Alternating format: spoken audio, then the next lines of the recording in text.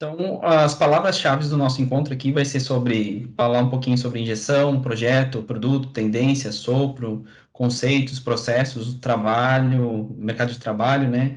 Quais são os principais itens que a gente usa, vamos dizer, nos moldes, gavetas, insertos, né? O que tem nas peças plásticas, rebarbas, acabamentos, moldes, postiços, toda essa biblioteca aí de palavras aí que a gente acaba falando no dia a dia do processo, vamos dizer, né, de injeção.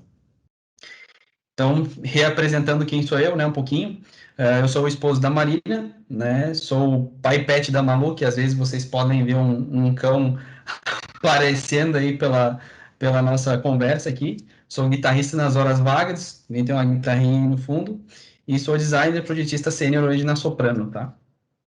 Então, em 2007, eu acabei me formando na UDESC, junto com a Elisa ali, inclusive, né? Em 2008, eu tive a primeira oportunidade de trabalho na Thermosystem, que é uma fábrica de chuveiros, né, que hoje foi comprada, inclusive, pelo Grupo Hydra, né. Em 2010, eu acabei ingressando no Grupo Brinox, que trabalha com as três marcas ali que o pessoal falou. Em 2011, eu fiz uma espécie de... foi uma parte técnica que eu acho que faltava para mim, que eu acabei fazendo, que foi um curso do Senai, tá? Então, em 2011, eu acabei fazendo o curso de máquinas de usinagem para aprender como é que era uma usinagem, como é que funcionava uma fresa, todas as partes que eu até então não entendia, não tinha vivência nenhuma com isso, né? Em 2013, então, eu fiz o meu primeiro MBA na parte de engenharia de produção. Em 2018, eu ingressei na Soprano, daí depois de 8 anos que já estava no grupo Brinox. 2019 eu acabei crescendo dentro da empresa, né? Virei projetista sênior. E agora em 2020, então, eu iniciei um MBA na parte de liderança e inovação, né? Porque eu estou participando de um grupo lá de liderança agora na empresa, por justamente pela essa parte que eu tenho desenvolvido lá dentro, né? Então, o que a gente vai falar hoje? A gente vai falar um pouquinho sobre jornada do projeto, tá? Então, a gente vai falar um pouquinho sobre o conceito do produto agora, depois a gente vai falar um pouquinho sobre processo produtivo, custos, definições de projeto, aprovação do projeto, detalhamento de projeto e depois do conceito para a realidade, tá? Mas por onde eu começo, né? Então, eu acho que a principal dúvida, por exemplo, de quem não iniciou no mercado de trabalho é exatamente isso, né? Onde que eu vou começar, né? Tem a segmentação de mercado. Então, onde você trabalha, com quem você trabalha e para quem você trabalha. As três primeiras perguntas que eu vejo que a gente tem que se fazer quando a gente inicia no mercado de trabalho, né? Então, primeiro, procure entender o mercado. Quem é o seu cliente? O que que ele quer? Você consegue pesquisar isso ou não, né? Por que que eu coloquei isso aqui, basicamente, né? Porque, por exemplo, assim, quando eu iniciei a minha parte profissional, por exemplo, no Grupo Brinox, na Thermosystem, a parte de desenvolvimento de produto era basicamente só o que eu fazia, né? Então, eu chegava, me dava uma meta, um desenho para eu fazer, eu ia lá, fazia aquele desenho, fazia aquela embalagem, mas eu não tinha uma noção completa de como é que eu poderia sair do zero, vamos dizer assim, né? Por que que eu digo isso? Porque geralmente chegava uma equipe comercial, falava um pouquinho dos produtos, a gente precisa lançar, por exemplo, determinada panela, a gente precisa lançar um chuveiro tal, o chuveiro precisa ser assim, assim, assado. E já vinham com essa ideia muito pronta do que eu precisava fazer, né? Só que às vezes tu se pega numa situação que tu vai ter que desenvolver, inclusive, o portfólio, tá? Então eu queria trazer exatamente essa ideia para você que isso pode acontecer no mercado com vocês, porque aconteceu comigo, tá? Então, por exemplo, agora eu entrei na última empresa que eu entrei, que é a Soprano, né? Não tem uma parte, vamos dizer, de gerenciamento de portfólio, né? Com a parte comercial, né? Eles pegam, até pedem alguma coisa para nós, mas quem gera a ideia de produtos, o que, que vai ter na empresa, alguma coisa assim, basicamente sou eu, né? Então, quando eu entrei, inclusive, nessa empresa, tinham 4 pessoas, né, que eram o meu coordenador, tinha dois outros projetistas e entrou eu como terceiro projetista. E num prazo de, vamos dizer, 4 meses, praticamente saíram todos e ficou só eu. Então, eu tive que sair do zero e começar a desenvolver, né? Outra questão que eu vejo assim nessa parte, né? Peça ajuda sempre. A gente não é autossuficiente, sempre precisa de ajuda de alguém, né? Então, conversar muito dentro das empresas, ver quem pode te ajudar, independente do que esteja a situação ali que você vai ter, conversa muito. tire muita ideia com os outros, porque eu vejo assim, que na faculdade, pelo menos a impressão que eu tinha, às vezes é aquela questão de competição, não uma competição ruim, mas uma competição saudável que você quer ser melhor que teus colegas, assim, né? Tu quer fazer o trabalho mais bonito, tu quer fazer um negócio mais diferente, né? Mas, na verdade, no ambiente de trabalho, tu sempre vai ter que trocar ideia com alguém, né? Então, você vai ter que conversar sempre com alguém, tu vai ter que pedir ajuda para alguém, tu vai ter que conseguir formas de lidar até com o psicológico de pessoas diferentes, né? Com pensamentos diferentes para tentar encontrar uma solução de um produto, de um projeto, independente do que for, né? E troca ideia sempre, né? Que é a terceira parte que eu falo ali. E, por fim, coloque a mão na massa, né? Que você nem sempre terá tempo para tudo. Por que que eu falo isso também? Porque quando você está num projeto, vamos dizer, no mercado de trabalho, às vezes te pedem demandas assim de supetão, né? Você acha que às vezes tu vai ter aquele tempo para desenhar, rabiscar no papel no início lá, e às vezes não vai ter tempo para nada, né? Tu vai ter que pegar, já começar a modelar, tu não vai ter tempo de rabiscar, de fazer os sketches, vai ser meio assim, faz isso aí agora, deu, tu tem que fazer, então tu vai ter que tirar um gás interno teu e, tipo, determinar que tu vai ter que conseguir fazer as coisas, né? Outra coisa, entretanto, é de seu dever solucionar o problema. Por mais que seja alguma coisa de supetão, alguma coisa assim, você tem que pensar que é o teu nome que está em jogo, né? Então, você vai ter que tentar fazer a melhor maneira possível, entregar o melhor resultado. E, tipo assim, se você acha que não vai conseguir entregar aquilo exatamente e não está bom daquela maneira, você tem que aprender a dizer não, que é uma das minhas coordenadoras, já falou isso para mim no passado, ela dizia assim, tu tem que aprender a dizer não. Então, tem momentos que você não vai conseguir, você vai dizer, não, eu não consigo fazer isso de determinada maneira. Se você me der um tempo X para fazer isso, eu vou conseguir fazer. Então, tentar argumentar o teu tempo, né? Sempre que for possível, né? E outra coisa, errar é permitido, mas quanto mais você pratica e estuda, menos você erra. Então, os erros vão acontecer, isso é normal em qualquer profissão que tu vai fazer, né? Mas estudando, sempre estudando e buscando melhorar, se auto-melhorar, vamos dizer assim, você vai conseguir tirar as coisas de letra e vai conseguir aprender cada vez mais, né? Aqui só para vocês terem uma ideia, então, dessa parte que eu estou falando de segmentação de mercado. Então, por exemplo, assim, quando eu cheguei na Soprano, basicamente não me davam o briefing do que quais seriam os produtos que eu teria que desenhar. Então, eu tive que sair do zero. O que, que eu comecei a fazer lá? Eu comecei a fazer uma segmentação do mercado de utilidades, né, que é o mercado que a gente trabalhava. Então, mais ou menos aí, para vocês terem uma noção, esse seria um resumo do mercado de utilidades, né? A gente tem os artigos para mesa, tem artigos para chá e café, tem artigos para cozinhar, artigos para cuidados com a casa, artigos para lazer e dia a dia, artigos de primeiros cuidados, né? E dentro de todas essas gamas aí, tem todas assim de embaixo, tem aparelho de jantar, enfim, tem uma infinidade de itens e utilidades que tu vai poder segmentar no mercado, certo? Então, o que, que a gente trabalhava até então? A gente trabalhava com, basicamente, os acessórios de mesa, que a gente tinha jarra, tinha copos, tinha alguma coisa nesse sentido. A parte de garrafas e bules térmicos, a gente também já tinha esses produtos. Tinha os artigos para armazenar, que a gente tinha uns potes herméticos, alguma coisa nesse sentido também. Artigos para organização, que a gente tinha umas cestinhas, que a gente importava, na verdade, né? Artigos para camping e lazer, que a gente tinha caixa térmica, todos esses artigos, e artigos para transporte e armazenamento, que eram as bolsas térmicas, tá?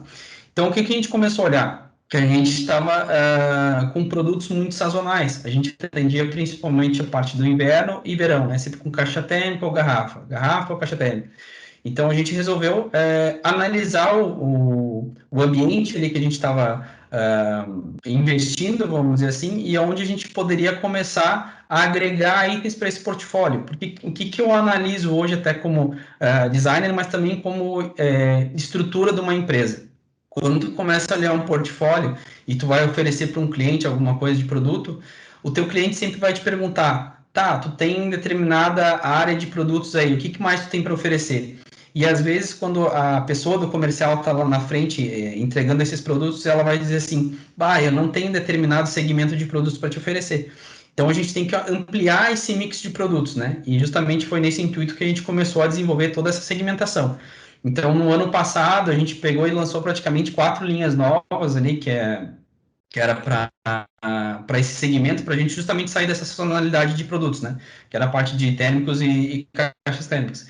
Então a gente lançou toda uma linha sobre a pia, né? Que tem dispenser, organizador de talheres, lançamos uma linha de lixeiras, lançamos uma linha de organizadores mais completas. Então lançamos uma linha de banho também. Então são linhas para justamente complementar a parte de utilidades, né? E outros segmentos que a gente tem que a gente pode também ampliar esse portfólio como um todo e agregar na hora de vender um mix para o cliente final, tá? Então, mas da onde nasce o conceito do produto? Da onde nasce a ideia, né? Então, basicamente, na minha vivência, o que que eu observei? Que geralmente a ideia vinha principalmente da equipe comercial, que nem eu falei para vocês. A equipe comercial vinha e dizia assim: precisamos lançar uma panela, precisamos lançar tal item. Eu ia lá e desenhava conforme eles faziam esse pedido para mim, né? E meus colegas também é a mesma coisa. Só que daí agora, por exemplo, nessa nova vertente que eu descobri que o desenvolvimento de produtos é que faz o nascimento dessa ideia.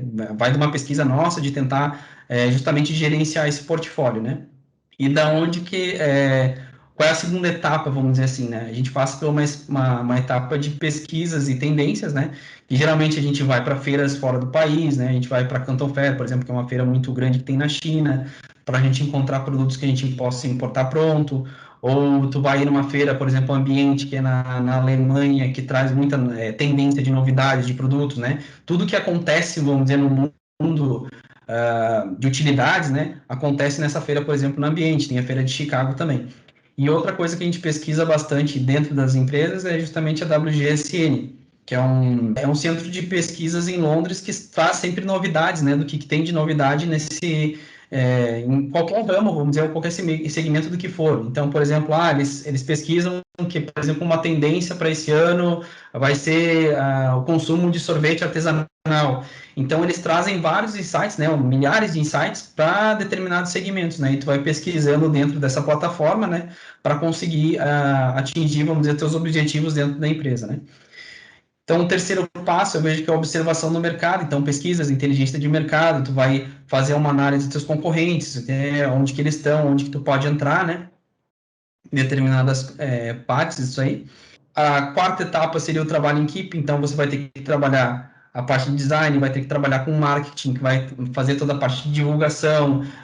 Por exemplo, lá na empresa, a parte do marketing não faz a parte só de parte de divulgação, mas faz a parte de embalagem também, né? Então, por exemplo, teve outras empresas que eu já trabalhei que eu fazia justamente a parte de embalagem e design de produto, e ficava tudo com design. E essa agora, por exemplo, essa nova que eu estou trabalhando e também a anterior, a parte de marketing é que faz o desenvolvimento das embalagens, então, né? Tu vai ter que trabalhar com a equipe comercial, então tu vai ter que argumentar muita coisa, por exemplo, a quantidade de itens de venda, se vai vender esse item ou não vai, e vai ter que conversar muito principalmente com a produção, né? Para alinhar tudo isso e ver se tudo vai funcionar corretamente, né?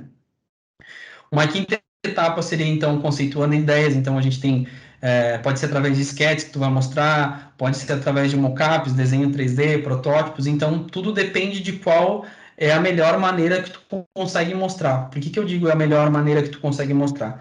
Porque eu digo assim, tem gente que tem habilidade para desenho manual, assim, que o cara consegue transmitir uma ideia muito fácil no papel, né? Só que, por exemplo, eu não tenho uma habilidade tão boa para desenhar no papel, mas eu consigo me virar muito bem no 3D. Então, aprendam a melhor maneira que tu consegue demonstrar uma ideia, né? Seja no papel, seja num 3D, seja num mockup, às vezes tu consegue modelar muito bem uma peça para mostrar o que tu quer. Então, tu tem que ter artimanhas ou formas de conseguir mostrar o que tu precisa apresentar, né? E por último, o desenho do produto, conceito para apresentação, que tu vai ter que lembrar que tu também que tem que apresentar isso para alguém para conseguir esse projeto ser aprovado. Então, transforme a melhor maneira que tu conseguir para conseguir apresentar isso muito bem e ser apresentado, né? Então, falando um pouquinho, né, das feiras que eu acabei falando ali para vocês, a gente tem a WGSN, né, que é um órgão lá, não sei, eu não sei qual é a especificação, o nome, mas é onde a gente consegue pesquisar as tendências. Temos a Pantone também, que a gente segue bastante para ver quais são as cores do ano, para conseguir desenvolver uma linha inteira de cores, né, de produtos, né. Tem aqui no lado direito, então, a Feira Ambiente, que é uma feira muito grande, ela tem vários pavilhões, com inúmeras quantidades de produtos e tudo que é tendência do mundo em termos de produtos de utilidade vai estar lá, tá? e a Canton Fair também, para quem não conhece, que é uma feira também enorme na China, tá? Aqui, então, só para vocês terem uma ideia, na verdade, da observação do mercado, o que, que a gente faz, tá? Então, por exemplo, quando eu entrei na Soprano, a primeira coisa que eu fiz foi essa análise, né? De tentar entender aonde a gente estava, quais eram os produtos que a gente tinha, qual era o valor que cada um produto tinha, né? E o que, que ele precisava transmitir. E depois eu fiz uma análise tanto nossa quanto dos nossos concorrentes. Então, aí, só para vocês terem uma ideia, o que, que eu fiz na época, né? Por exemplo, na parte ali de uma faixa de preço de produtos, na faixa de 1 litro, né? Até R$ 50, o que, que a gente tinha, né? Na faixa de 50 a 100, o que, que a gente tinha também, e na faixa acima de R$ 100 a gente tinha o quê? Então, eu notava que nessa parte de até 1 litro, estava faltando algum segmento para nós. Só que daí eu precisava achar produtos e maneiras de conseguir comportar esse nosso portfólio como um todo, né? Então, eu fui procurando várias brechas, vamos dizer, que a gente pudesse ter de produtos que eu pudesse inserir nesses pontos, né? Porque como a gente tem os nossos concorrentes eles também têm um monte de produtos, mas o que, que eu posso estar fornecendo de coisas diferentes? Então, a primeira análise que eu fiz foi essa.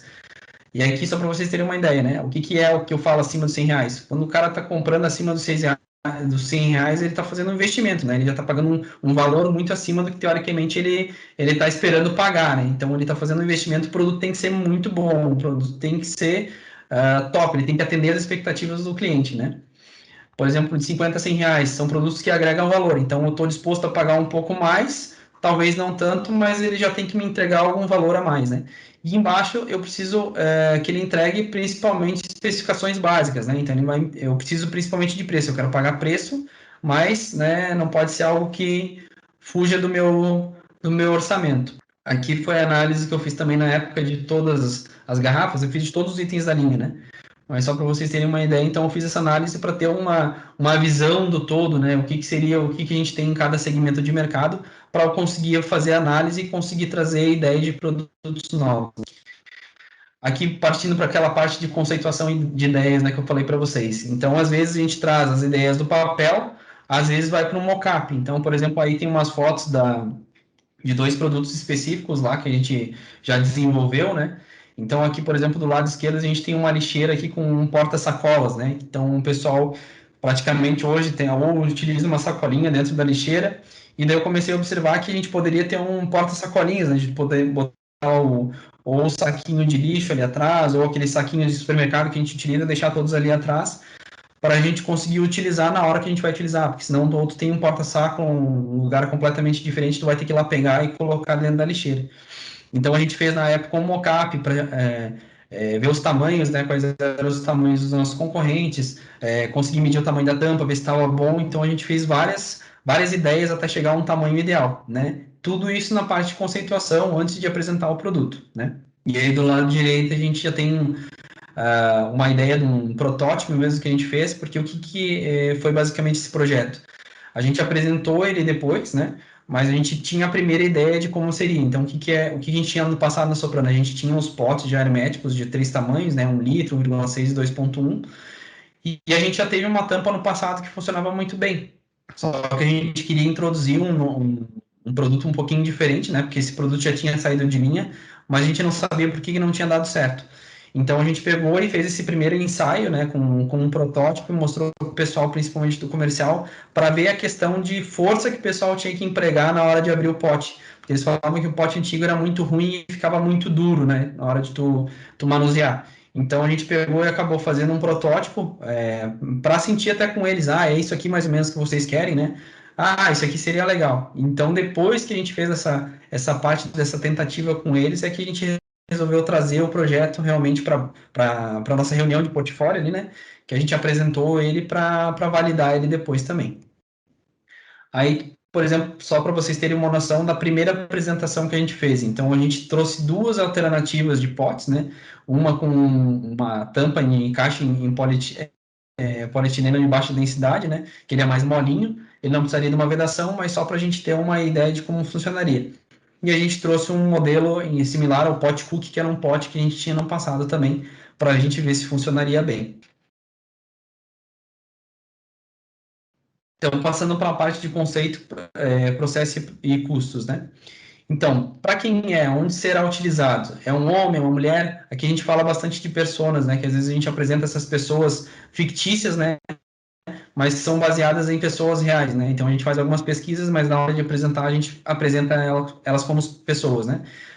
Aonde que vai ser utilizado, né? Vai ser utilizado em casa, na praia, no camping, no banheiro, na cozinha. Por que que eu pergunto isso? Porque quando tu vai fazer o teu desenho do teu produto, tu já tem que pensar, né, onde que ele vai ser utilizado. Por exemplo, se for numa praia, né? Vou levar uma caixa térmica para a praia. Como é que tem que ser essa caixa térmica? Ela tem que ser fácil de limpar, né? Porque na praia tem praias que, por exemplo, a areia vai aderir, vamos dizer, na parte do teu produto, se ela ficar ruim para limpar, né, não vai dar certo. Então, quanto mais liso o produto, sem ranhura, sem coisa que entre areia ali, melhor, né? Por exemplo, se for em casa, né, quanto menos lugar que pegue poeira, alguma coisa nesse sentido, melhor também. Mesma coisa para as outras áreas que tu vai trazer, né? Outra coisa que eu tenho que pensar na hora do projeto, né? Então, qual é o material que eu vou utilizar? Vou utilizar um PP, vou utilizar um PS, não sei se todo mundo sabe as definições, né? O PP é o polipropileno, poliestireno, policarbonato, tritã, polietileno de alta densidade, polietileno de baixa densidade, quais os materiais que eu vou utilizar para determinada peça que eu vou fazer, né? Quais são as listas de construções, né? Que às vezes eu tenho que tem casos, por exemplo, assim, eu vou desenvolver um pote, que nem eu estava mostrando ali para vocês. Vou desenvolver um pote com corpo em PS, mas hora eu quero injetar a tampa em PP, hora eu quero injetar ela em PS. Então eu vou ter que saber basicamente com que contração inicial eu vou desenhar esse produto, né? Eu vou fazer ele no molde e quando ele contrair, se eu injetar no outro material, como é que ele vai se comportar? Então eu vou ter que também ter essas noções para conseguir fazer isso num projeto também, né? O ângulo de extração, qual é o ângulo de extração para determinado material, né? A gente vai falar um pouquinho ali mais para frente. Quais cores esse cara vai ter, né? Esse produto, ele vai ter pigmento preto, vai ter colorido, vai ser transparente. Eu tenho que pensar isso também na hora que eu for conceber já, porque tudo isso vai estar agregado ao custo quando eu montar no produto, né? Qual é o custo do material e dos pigmentos, né? No processo, onde ele vai ser produzido? Ele vai ser produzido internamente ou vai ser terceirizado? A gente tem um maquinário interno, eu vou ter que desenvolver todo um maquinário novo, né? A gente tem as injetoras para produzir isso aí, vai ter uma sopradora. Se a gente não tiver, posso fazer isso fora. Por que a gente tem que pensar nisso? Por exemplo, eu gostaria de desenvolver para minha empresa, sei lá, uma cadeira. Hoje eu não desenvolvo nada parecido. Mas será que eu consigo desenvolver isso talvez com um terceiro, né? Que ele tem uma injetora grande e consiga injetar isso para mim? Então tem que pensar nisso também. Ele vai ser injetado ou vai ser soprado, né? Eu tenho que pensar nos processos, que às vezes tem processos que me limitam em determinados pontos, mas conseguem me dar outras possibilidades, né? Depois eu vou falar um pouquinho mais para frente disso também. Quantos moldes esse produto que eu estou fazendo, ou essa linha de produtos tem, né? Eu tenho que pensar em todos os moldes. Eu vou ter um molde para uma tampa, vou ter um molde para um corpo, quantas cavidades vai ter cada um desses moldes, porque dependendo do número de cavidades, eu vou ter um custo menor, né? Vai me reduzir o custo, então eu tenho que pensar nisso também. A questão de acabamento, ele vai ter textura? Se sim, qual é a textura que vai ter? É polido? Se sim, pode riscar. Então, como é que vai ser a embalagem desse produto? Eu vou ter que ter um saco plástico, vou ter que ter outra coisa para ajudar a impedir dele riscar, né? Quantas unidades vão por master? Tem que pensar nisso também. Só que essa parte de quantas unidades por master eu tenho que sempre conversar com uma equipe comercial. Porque, assim, em termos de custo, quanto mais unidades eu colocar numa caixa master, melhor vai ser o custo para mim, que ele vai reduzir esse custo, né? Só que às vezes, por exemplo, o cara que me compra esse produto lá na frente, ele aceita comprar duas peças por embalagem, mais do que duas ele não aceita. Então eu tenho que ter uma noção e tenho que ter essa conversa também com a equipe comercial para eles me passarem essa demanda e eu conseguir adequar custo, né? E adequar, vamos dizer, uma necessidade deles lá fora também, né? A questão de acabamentos, se o produto for soprado, onde vai ser a minha linha de corte, né? Qual é a posição da agulha, né? O que que é a agulha? A agulha é aquela parte que vai em cima, vamos dizer, da peça, mas depois eu acho que até é melhor explicar depois que vocês vão conseguir visualizar melhor. Mas basicamente na peça soprada tem uma parte em cima onde que vai injetado, vamos dizer, soprado o ar ali em cima através dessa agulha, né? Então fica um formato redondo na parte de cima da peça. Se o produto for injetado, ele tem gavetas, onde que vai ter essas linhas de emenda? Então, a gente sempre tem que pensar em qualquer produto injetado ou soprado, o que for, ele sempre vai ter uma linha de emenda, que é a linha de fechamento do molde, né? Então, eu já tenho que ter essa noção de onde vão ficar essas linhas e, inclusive, mostrar para o pessoal, porque assim, ó, tem empresas que elas são mais criteriosas, vamos dizer, na questão de detalhamento do produto, né? Por exemplo, tem a marca Guzini, que é muito famosa. Se tu olhar as peças deles, né, em questão de fechamento, às vezes tu não consegue enxergar linha de emenda nenhuma, porque o molde é tão bem feito que tu não consegue enxergar, mas ela existe, né? Ela tá ali naquele ponto porque justamente tem a fechamento. Então, quando você não tem um sistema de qualidade tão bom para conseguir evitar isso e tu sabe que vai ter aquela linha naquele ponto, então tu vai ter que pegar e representar isso para o pessoal que tu for apresentar isso aí, né? Ah, aqui vai ter uma linha de emenda, né? Isso aqui está ok para vocês, não está ok? Então você vai ter que apresentar isso também, né? Questão de resistência. Para que fim o produto será utilizado, né? Precisa ser resistente? Somente o material ajuda ou preciso de um processo que garanta isso? Por que eu falo isso? Por exemplo, tem casos de produtos, né, que eu vou falar ali para vocês depois, que é o caso do Oasis, por exemplo. O Oasis é um botijão nosso, né, um botijão isotérmico que a gente fala, que ele tem isolamento em PU, que tem pessoas que sentam em cima do produto, né? Ele não foi concebido para isso, mas as pessoas sentam em cima, porque ele é um produto muito utilizado em usinas de cana-de-açúcar, o pessoal leva lá embaixo do braço, chega na hora do meio-dia que o pessoal vai almoçar, leva o seu oásis, né, o seu produto lá junto para encher de água, bota embaixo no chão, senta em cima e fica em cima do produto. Então ele não foi feito para isso, mas tem que pensar, né? Será que ele vai ser resistente? Não, ele vai ser resistente. Então ele precisa ter um material específico, né? A questão de acabamentos, né? Então, onde vai ficar a marca do bico de injeção? O produto vai ser soprado? Como vai ficar os detalhes da manta, o parizol no produto? Que é outro detalhe que eu vou mostrar ali para vocês depois. O produto que é soprado, por exemplo, ele desce numa manta, né? E depois tu acaba fechando o molde, sopra ele ali dentro, ele se expande ali dentro, só que como ele desce naquela manta que fica uns veios, na hora que ele se expande ali, ele vai ficar com vários detalhezinhos ali na peça. Então tu tem que pensar que aqueles detalhes vão ficar aparentes, né, no produto final. Então tu tem que pensar como é que eu vou impedir disso ficar aparente, né? Eu vou ter que botar talvez uma textura mais grossa, né? Que é aquilo que depois eu vou mostrar para vocês. A espessura do produto. O produto precisa ter um custo baixo. Se ele precisar ter um custo baixo, talvez eu vou ter que ter uma espessura mais fina, né? Só que a espessura às vezes é um limitante, né? Porque tem casos que tu pode dizer uma espessura, eu vou usar uma espessura 1.3, só que ela acaba estrangulando, vamos dizer, muito o produto, né? A parte da injeção, e fica ruim para injetar. Então, às vezes, o custo baixo que tu precisaria ter acaba te complicando, por exemplo, em processo, que vai deixar o processo mais caro. Então, tu tem que pensar, às vezes, um meio termo, né? Nem uma espessura tão fina, nem uma espessura tão grossa, mas tentar chegar a um limite bom para trabalhar, né? Vai soprar, vai injetar, pode dar rechup, né? Que é outro detalhe que depois eu vou mostrar para vocês ali como é que fica. Oi, Daniel. O Felipe Leme fez uma pergunta se Tá, tá. a agulha da injeção deixa aquela marca no fundo da garrafa PET ou seria outra parte do processo? Não. Aqui dali, na verdade, é o bico de injeção que vai deixar aquele detalhezinho, né? Que é dependendo da garrafa, né? Não sei qual garrafa especificamente ele está falando, mas, por exemplo, na garrafa PET é um detalhezinho, né? A garrafa, por exemplo, de coca, alguma coisa, é o do bico de injeção que vai ali, que na verdade aquilo dali é uma pré-forma, né? Então, tu tem uma pré-forma, que é geralmente uma pecinha menorzinha, né? E a hora que tu vai soprar, ela expande ali e fica com aquele detalhezinho no fundo, mas o biquinho que tem no fundo da garrafa mesmo é de um bico de injeção, que daí ele fica com uma pré-forma pequenininha primeiro para depois expandir, né? Ah, legal. Muito obrigado, Daniel. E imagina, A agulha deixa alguma marca, Daniel? A a agulha agulha, seria do sopro? Que você se na referiu verdade, antes? a agulha no sopro.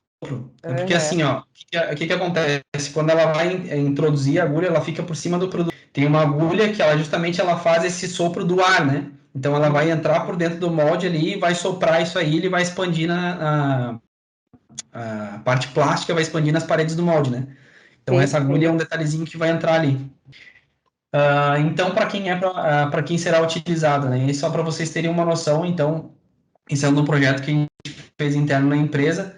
que a gente fez algumas pesquisas com possíveis usuários de caixa térmica, né? Então, por exemplo, tinha um perfil de idade na faixa de 28 anos, tinha outro na faixa de 53 anos, tinha outro na faixa de 22 anos.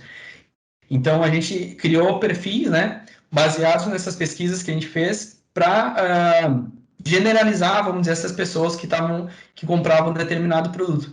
Então, sempre que possível, né, a gente tenta fazer essas apresentações dessas pessoas para a gente conseguir ter dados mais concretos de quem que é o público que a gente está pesquisando e o que a gente vai entregar para eles, né?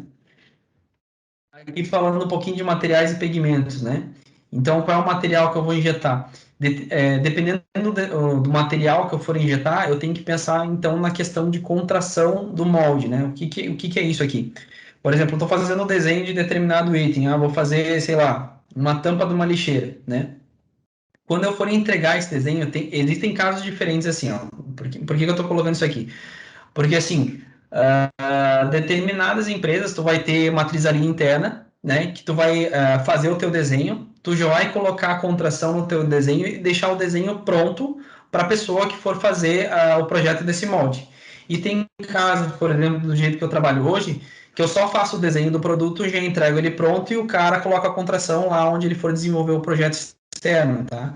Mas só para a gente precisa ter essa noção do que a gente precisa fazer. Então, por exemplo, assim, eu vou injetar uma tampa, sei lá, em policarbonato aqui, né? Então, tem várias tabelas dessas daqui que vocês conseguem na internet, é bem fácil de conseguir, tá? Por exemplo, tem a contração de 0,7%, né? Então, eu vou ter que botar uma escala no meu produto de 0,7%, né, por cento ali. Tu faz o fator de escala ali em cima, depois, se alguém tiver dúvida, eu posso ensinar como é que faz isso. Mas tu bota esse fator de escala em cima do teu produto para ele ficar maior. Daí tu faz esse desenho, faz essa extração de cavidade dentro do teu molde, né? Para depois, quando tu injetar ele vai pegar e contrair, porque esse vamos dizer, o resultado normal de plástico, né? Tu vai ter um plástico normal, um desenho de um produto, tu dá essa contração de escala do fator ali, de qual é o material que tu está proposto a injetar, né? Ele vai injetar com aquela escala, vamos dizer, que tu fez ali em cima, depois na hora que ele contrair, por causa desse fator de escala, ele vai ficar exatamente do tamanho que tu tinha desenhado. Porque se tu não colocar esse fator de escala na hora que tu faz o projeto e entregar para a pessoa que for fazer, esse teu produto vai contrair, e se, por exemplo, ele tiver um encaixe de uma tampa, por exemplo, com ar, ele não vai encaixar, porque ou ele contraiu demais, ou ele contraiu de menos, né? Então, tu sempre tem que pensar assim, cara, eu vou entregar esse projeto para alguém, eu preciso botar fator de escala, né? Então, sempre tem que conversar com quem vai desenvolver esse molde para você, né? Independente do que for, se for um PP, se for o que for, todos eles têm fator de escala de contração, né? Então, tem que observar isso na hora que tu for fazer o projeto. Aqui, por exemplo, é uma outra parte que é bem extremamente importante, que a gente não tem noção no começo, né? Na minha época, por exemplo, eu não tinha nem noção, né, que o produto precisaria ter um ângulo de extração, né? Mas todo produto, independente de qual for o material injetado, ele precisa ter um ângulo de extração, né? Então, por exemplo, aqui, do lado esquerdo, né, as peças sem ângulo de saída, né? O desenho que, por exemplo, às vezes a gente acha que uma peça essa peça aqui que eu tenho aqui plástica, ela é reta.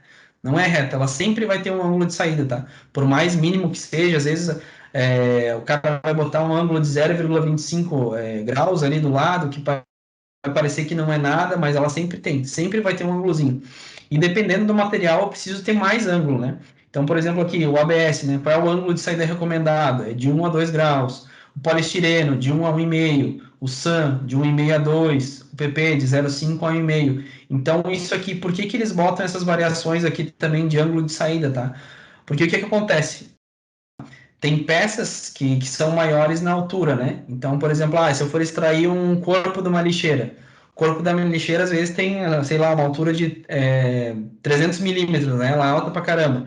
Então, talvez eu tenha que botar um ângulo de extração maior, né? Porque se for PP, né? Eu vou ter que botar no mínimo, às vezes, 1,5 para ela sair tranquilamente, né? E às vezes, mesmo assim, por mais que eu bote esse ângulo de meio, talvez eu tenha que usar outras artimanhas, vamos dizer, no processo, para ajudar a extrair, né? Que depois a gente vai falar um pouquinho mais lá na frente. Que é, por exemplo, eu vou ter que ter uma placa extratora boa para conseguir fazer a extração da peça, eu vou ter que talvez ter um sinterizado no macho ali ou uma válvula de ar, alguma coisa para ajudar a escapar essa peça do lugar. Então, são coisas que eu tenho que pensar na hora de conceber esse projeto, né? Então, o que que eu observei já acontecendo no mercado, né? Às vezes, por exemplo, contrata, vamos dizer, um serviço terceirizado de design na empresa, né? Daí aquela pessoa desenha, vamos dizer, o produto para ti, mas na hora de a parte técnica, vamos dizer, ele te entrega, tu tem que refazer, vamos dizer, toda essa parte internamente porque ele não conseguiu te entregar corretamente, né? Então, o cara que está dentro da empresa fica puto da cara com o designer, né? Puto, o cara não me entregou o desenho meia boca, né? Vou ter que refazer todo o desenho, né?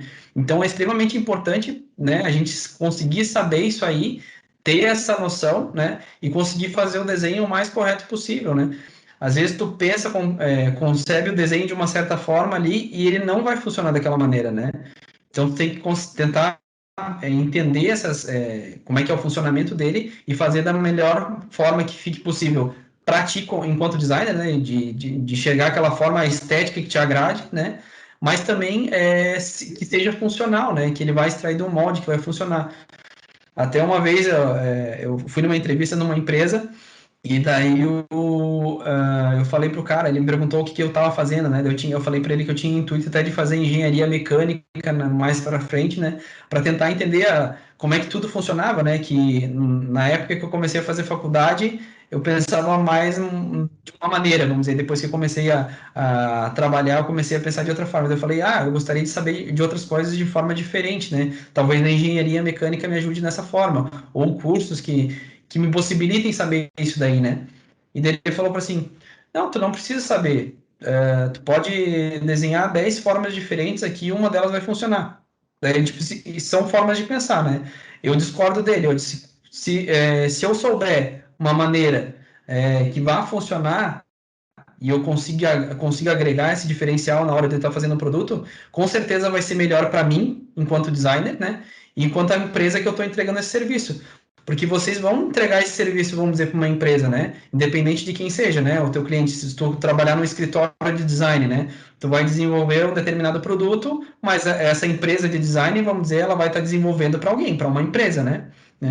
Então, quanto mais tu souber, mais tu conseguir destrinchar, vamos dizer, essa ideia desse produto e entregar ele pronto, melhor para ti quanto designer, né? Falando um pouquinho, então, de processos de acabamentos, né? Então, por exemplo, assim, onde vai ser produzido internamente, terceirizado, que é aquilo que eu falei para vocês, né? Então, por exemplo, aí a gente tem três produtos específicos, né? Bem diferentes ali. A gente tem uma caixa térmica, né? Que ela tem basicamente aqui um produto injetado na base, um produto injetado interno, tem um produto soprado aqui, uma alça e uma tampa, né? Todas essas aqui injetadas. Aqui é a mesma coisa, tem uma tampa injetada, corpo injetado, tampa injetada, fundo injetado, né? E aqui, por exemplo, eu tenho um corpo soprado, corpo interno soprado, tampa injetada, tampa injetada. Então, por que eu preciso saber, né? Qualquer um desses itens ele vai ter vários detalhes. Então, por exemplo, assim, a injeção desse corpo aqui, eu vou ter que vários detalhes aqui, eu não sei se vocês estão vendo no corpo aqui, mas eles têm uns detalhes externos aqui, que são ranhuras para ajudar no preenchimento. Então, essa peça, por exemplo, é uma peça que é barata, né? Tem que ser muito barata, porque vem de um monte de caixas térmicas, então tu tem que ter uma peça barata. Então, a espessura dela, às vezes, é muito fininha. Então, tu tem que ter a para ajudar na questão de preenchimento. Isso às vezes tu consegue até com, por exemplo, determinados projetos tu consegue que a empresa faça um molde flow para ti. O que é um molde flow? Não sei se todo mundo já ouviu falar também. O molde flow ele vai fazer uma análise de preenchimento, uma análise de calor, como é que essa peça está sendo formada ali dentro do molde ou não, né? Então ele vai te dar uma noção.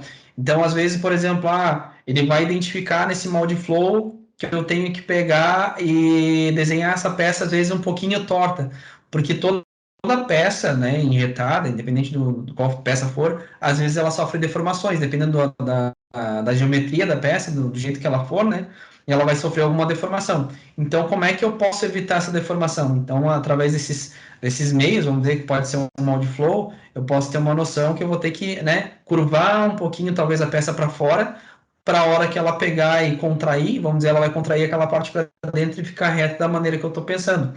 Então, isso às vezes tu consegue através de um software desses, né? E às vezes nem o software vai te dar essa noção. Então, às vezes tu vai ter que pegar e descobrir formas aleatórias, né? Até a própria vivência, né? quem sabe eu vou fazer, por exemplo, uma cesta, né? A cesta ela vai ficar muito mole se eu não fizer um reforço em cima. Então, talvez eu tenha que fazer um detalhezinho em cima, uma borda em forma de U, por exemplo, né? Um detalhezinho ali, para ela ficar mais reforçada. Então, dependendo da peça, da geometria, tu vai ter que ver quais são as formas que tu pode conseguir usar para tentar dar essa estrutura para tua peça, né? Então, aqui, eu vou ter que pensar na hora que eu estou fazendo, né, o desenho do produto. Essa peça aqui, como é que ela vai ser? Ela vai ter textura? Ela vai ter contato com a mão? Vai ficar direto? Então talvez eu possa ter uma textura mais fininha. Essa daqui é uma peça soprada? Então ela vai ficar com mais detalhes do Paris-On. Então talvez eu tenha que colocar uma ranhura, uma textura um pouco mais grossa, né? A alça, como é que ela vai funcionar? Ela tem uma resistência, então talvez eu tenha que botar uma estrutura um pouquinho mais forte, vou ter que deixar a espessura da parede um pouquinho mais grossa, vou ter que fazer ranhuras internas, então tudo isso eu já tenho que pensar, né, na maneira que quando eu estiver fazendo esse desenho, até para apresentar, né, eu vou ter que pensar em tudo isso para não me dar problema lá na frente. E mesmo assim, às vezes eu penso e às vezes eu me esqueço de alguma coisa. Então, tu vai ter que olhar lá na frente, ou troca ideia com as pessoas, que nem eu falei, né? O que tu acha disso aqui? Isso aqui vai funcionar? Se tiver uma pessoa que seja projetista na empresa junto contigo, troca sempre ideia com ela, que vai te ajudar muito nesses pontos aqui, né? Mesma coisa para esse produto. Então esse aqui, por exemplo, é um produto mais para praia, né? Então ele tinha textura aqui que a gente tinha que pensar, né? Porque vai grudar areia, alguma coisa nesse sentido. Esse daqui, por que ele foi polido, né? Por exemplo, assim, garrafa é uma coisa que, teoricamente, quanto menos polimento tu tiver nela, teoricamente é melhor. Porque, vamos pensar em dois aspectos diferentes, tá? Se ela for polida, é melhor para um lado. Por que ela é melhor para um lado? Porque ela vai ser mais fácil de passar uma esponjinha para limpar, não vai ter nada de ranhurinha para ficar com detalhes aí, com sujeiras, né? Só que tem um outro lado também. Tem o outro lado que, se ela for toda polida, ela vai riscar mais fácil. Então, tu vai acabar deteriorando o teu produto mais fácil e mais cedo, né? Só que esses produtos, por exemplo, que a gente tem, as garrafas, são produtos mais populares, são para o mercado mais popular.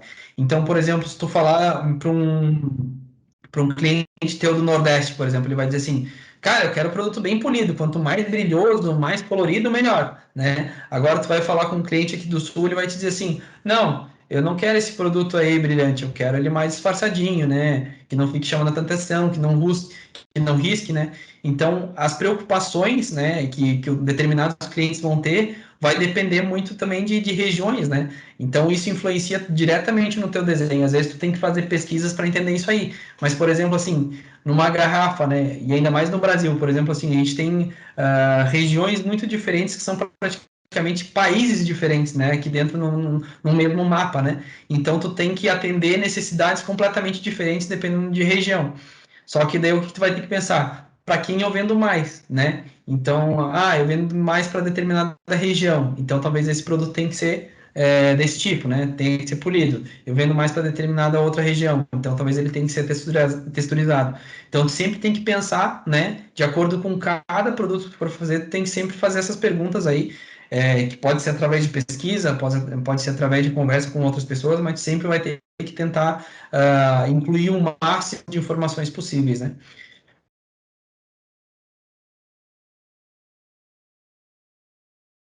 Que é um dos pontos que até a Elisa pediu para eu falar hoje aqui. Por exemplo, um molde soprado, ele tem um custo muito mais barato. Por quê? Porque o molde soprado, ele é um molde de uma estrutura de alumínio, né? Ele não precisa como é que eu vou dizer, tanto reforço, tanta estrutura de molde para comportar uma peça dessas, porque a pressão de injeção que tem no sopro não é a mesma pressão de injeção que tem numa injetora, né? Na injetora tem um canhão lá na frente, que é uma pressão enorme, né? Que vai exercer ali, né? É por isso que tem até as tonelagens, vamos dizer, das injetoras, né? Qual é a pressão de fechamento que ela aguenta, né? Qual é a estrutura de fechamento que ela aguenta. Então, por exemplo, assim, no sopro tu não tem tanta força assim para fazer soprar uma peça, né? Tu tem uma determinada força, mas não parecido com aquilo que a gente tem numa injeção. Então, tu tem um moldezinho lá mais simples, né, de alumínio, que tu consegue fazer, só que ele vai ter que ter ângulo de extração igual. Então, por exemplo, assim, ó, aqui, por exemplo, a gente tem uma peça modelada aqui, né, com a parte do excesso, vamos dizer, do corpo aqui em cima. Então, por exemplo, o produto final que eu botei é isso daqui, ó. Vocês estão vendo que, por exemplo, ele tem até um detalhe aqui em cima, um rebaixo, né? Aqui em cima. Tem esse detalhe de encaixe do termômetro, mas esse encaixe vai ficar exatamente, vamos dizer, na parte da gaveta.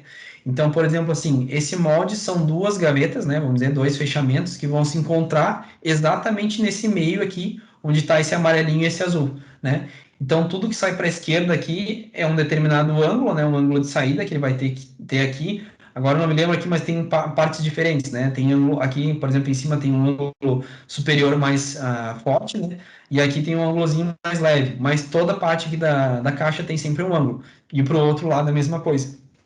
E aqui em cima, por exemplo, aqui não está aparecendo, tá? Mas geralmente ela tem como se fosse uma parte redonda aqui em cima, que é onde entra a agulha que eu falei para vocês. Então, por exemplo, assim, na hora que for injetar essa peça, vai abrir as duas gavetas do molde, tá? E vai descer uma manta de material, que a gente chama de parison, né? Ele vai descer ali no meio, tá? Ele desce e ele começa a soprar ar ali em cima nessa agulha, tá? Quando ele começa a soprar ar, o molde começa a fechar e ele começa a expandir por causa do ar que está circulando ali dentro, né? Começa a circular o ar, ele começa a expandir, vamos dizer, todas essas paredes de plástico começam a expandir e grudar nessas paredes desse molde. Só que na hora que eu for abrir esse molde, se ele não tiver esse ângulo de extração, ele não vai sair, ele vai ficar ali dentro grudado, né? Mas daqui, por exemplo, por que eu trouxe esse caso? Né? Pode falar, Elisa. Não, pode terminar o raciocínio. Eu só ia explicar que você comentou do excesso, né? Mas acho que nem todo mundo é familiarizado com isso. Essa parte de cima sai e serve só para que fique fechado para poder fazer o sopro, né? Isso, exatamente. E aí, mas eu vou termina de falar. Não, pode falar, pode complementar, te complemento depois. Porque você precisa pensar também de como que vai ficar o acabamento para remover esse excesso depois, né? Que provavelmente é feito manualmente. É uma pessoa que vai fazer esse acabamento. Geralmente é uma pessoa que precisa saber onde que fica essa linha, bem certinho, para tirar, né? Exatamente. Então, hoje, até hoje, por exemplo, já existem métodos, né, meios de fazer essa rebarbação, que hoje é manual, por exemplo, lá na empresa a gente tem rebarbação manual, né? Mas, por exemplo, já tem lugares que tem rebarbação automática, né?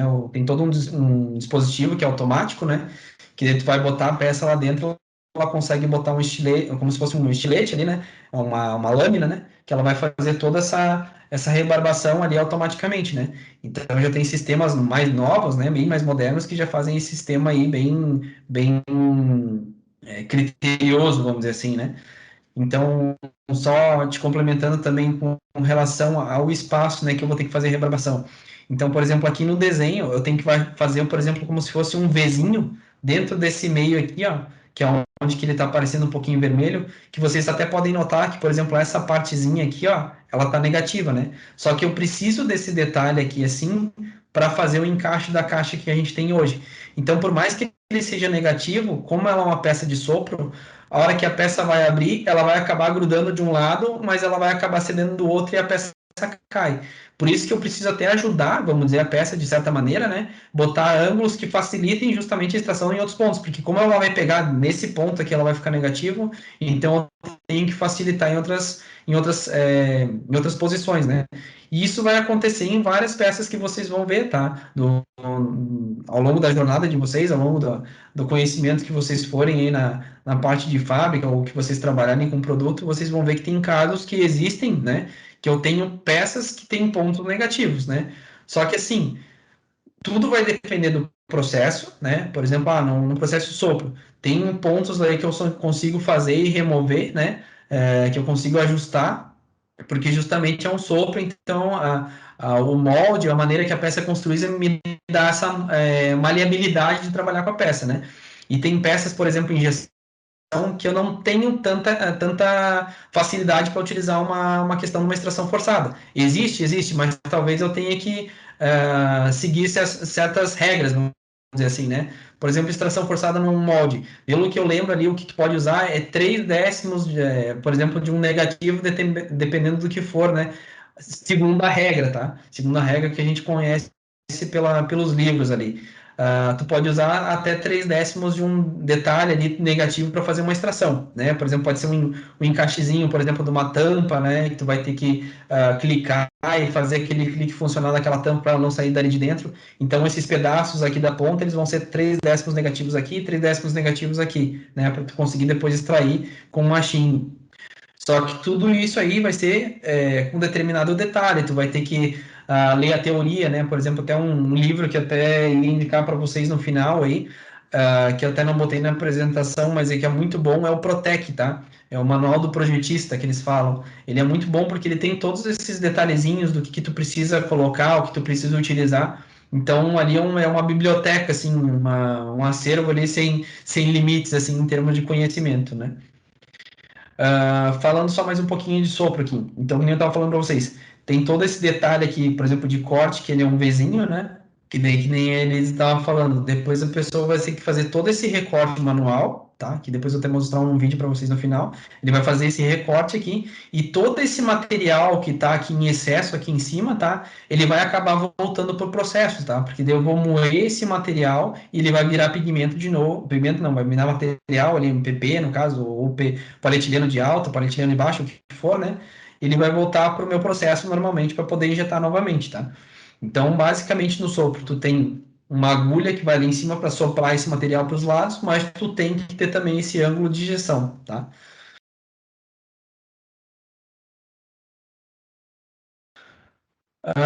Falando um pouquinho agora do processo de injeção, né? Quando eu estiver concebendo essa ideia desse produto, né, independente do que for, eu vou ter que pensar também nas linhas de fechamento, né? Então, por exemplo, nesse molde aí, que é de um corpinho de um munizinho térmico, né?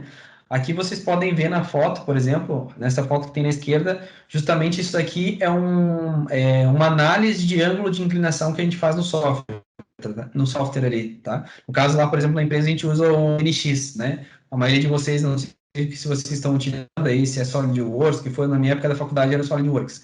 Mas geralmente dentro desses softwares, né, eles têm uma análise de inclinação de ângulo de distração, tá?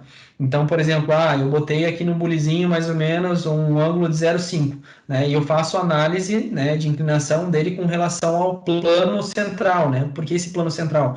Que vai ser o plano de fechamento do meu molde. Então, eu faço essa análise para ter uma noção se ele vai estar extraindo. Então, se ele tiver tudo verdinho nesse lado aqui, é que ele vai estar extraindo corretamente. Daí, por exemplo, aqui nessa parte da alça, né? Nessa parte da alça não tem como extrair, tá vendo que ele tá vermelhinho aqui em cima. Só que aqui vai ter um detalhe que vai descer de cima e vai descer de baixo aqui, para fazer um fechamento aqui no meio e eu conseguir fazer esse detalhe dessa alça com esse detalhe para dentro, esse detalhe côncavo, né?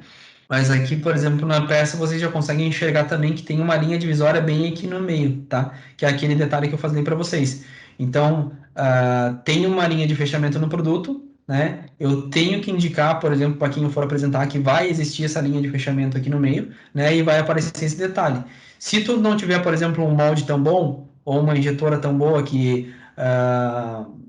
ou, por exemplo, não comporte, vamos dizer, a estrutura de tonelagem que, vamos dizer, que esse molde precisaria comportar, né? Às vezes esse molde acaba se abrindo porque a injetora não aguenta, vamos dizer, a pressão nesse molde. Então isso vai acabar ocasionando as rebarbas, tá? Que é aquelas rebarbas que a gente vê às vezes em peça plástica, que tu passa o dedo ali em alguma peça, tu vai ver que tem uma rebarbinha ali por cima do produto, tá? Então, tu tem que sempre cuidar exatamente até desses detalhes aí na hora que tu for conceber a ideia do produto, tá? Aqui para vocês terem uma noção também da ideia do molde, né? Como é que é o molde funcionando, né? Desculpem. Aqui, por exemplo, tem duas gavetas, né, que fazem o fechamento no molde. E aqui em cima e embaixo tem um detalhezinho que faz esse detalhezinho da alça. Então, às vezes tu não tem toda a noção de concepção do molde, né? Mas tu vai precisar saber mais ou menos como é que ele funciona. Por que às vezes aquelas aulas que nem a Elisa falou ali, as aulas práticas ali de modelamento, né? Que tu mexe com gesso para tu ter uma noção como é que tu vai formar uma determinada peça. Isso é bom para ter justamente essa noção de como é que vai funcionar esse item aí, né?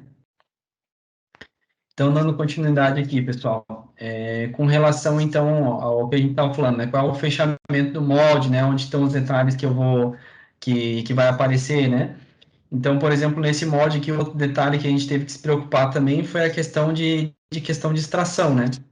Por exemplo, geralmente quando tem um corpo desse, de um bule, que vai ter um encaixe embaixo, alguma coisa, né? Ele vai ter roscas internas, né? Só que essas roscas internas, geralmente, como é que são feitas, né? Geralmente tu tem um macho que é colapsível, né? O que é um macho colapsível? É um desenho exatamente da parte interna ali do bule, né? Vamos dizer assim. E ele tem detalhezinhos que são gavetinhas que vão sair para formar essa rosca, né? No caso dessa peça em específico, né? Ela não tem esse colapsível, né? Porque a gente tentou fazer uma rosca bem pequenininha para fazer com extração forçada. Então, acabou eliminando, vamos dizer, toda essa Só, parte de... só, só Pode um falar. minutinho, Dani. Vamos fazer Sim, uma explicação. Por ok. que é colapsível o nome? Por que é colapsível? Porque justamente tu tem detalhezinhos lá embaixo do molde, Que vai que sair na ele hora faz... da É, conformação. É, exatamente, ele vai fazer isso aqui, ó. Por exemplo, imagine que tu tem um macho ali dentro, né? E aquelas gavetinhas tu vai entrar posso chamar de um pistão, o Jackson me corrige aí se eu tiver errado, mas é uma espécie de um pistão interno que vai ali, tá? Um detalhe, um machinho interno ali, que ele vai colocar todas essas gavetinhas para fora, forma na hora da injeção, e na hora que o molde estiver abrindo de novo, ele retrocede, né? Para deixar justamente aquela extração viável na hora que estiver saindo do macho, né? Então ele sai daquele detalhezinho para tu conseguir formar aquele e isso detalhezinho ali exatamente deixa o da rosca. molde mais caro, né? Um pouquinho. Isso deixa o molde mais Por caro. isso que o Então, Daniel por está exemplo, falando que nesse. eles estão tentando fazer 100 para tirar essa parte extra do molde, que é uma parte a mais de processo, na verdade. E isso que o Daniel chama de gaveta, geralmente é a terceira parte, é uma outra parte de molde também, que também encarece um pouco. Então, é comum você receber o briefing, não, sem gaveta. E o que isso É, significa? É molde só de duas partes. Então, isso é um briefing bem comum, assim, não, molde sem gaveta, fechamento reto, que é mais exatamente. barato. Então, por exemplo, assim, o que eles falam de macho sem gavetas, né? Seria uma peça macho cavidade, né? Tu tem só um macho interno ali e a cavidade que cobre exatamente aquele parte daquele corpo, tu consegue extrair isso aqui tanto para cima quanto para baixo, né? Então, tu tem uma peça exatamente lisa, fácil de injetar e extrair, né? Então, por isso que eles pedem para eliminar essa parte das gavetas. Mas, por exemplo, assim, ó, falando especificamente desse caso, né? Às vezes o barato sai caro, né? Às vezes a gente pensa assim, vou fazer um moldezinho ali com uma extração forçada ali na questão da rosca para não incomodar. No fim, por exemplo, isso aqui, para não ter um custo muito alto, né?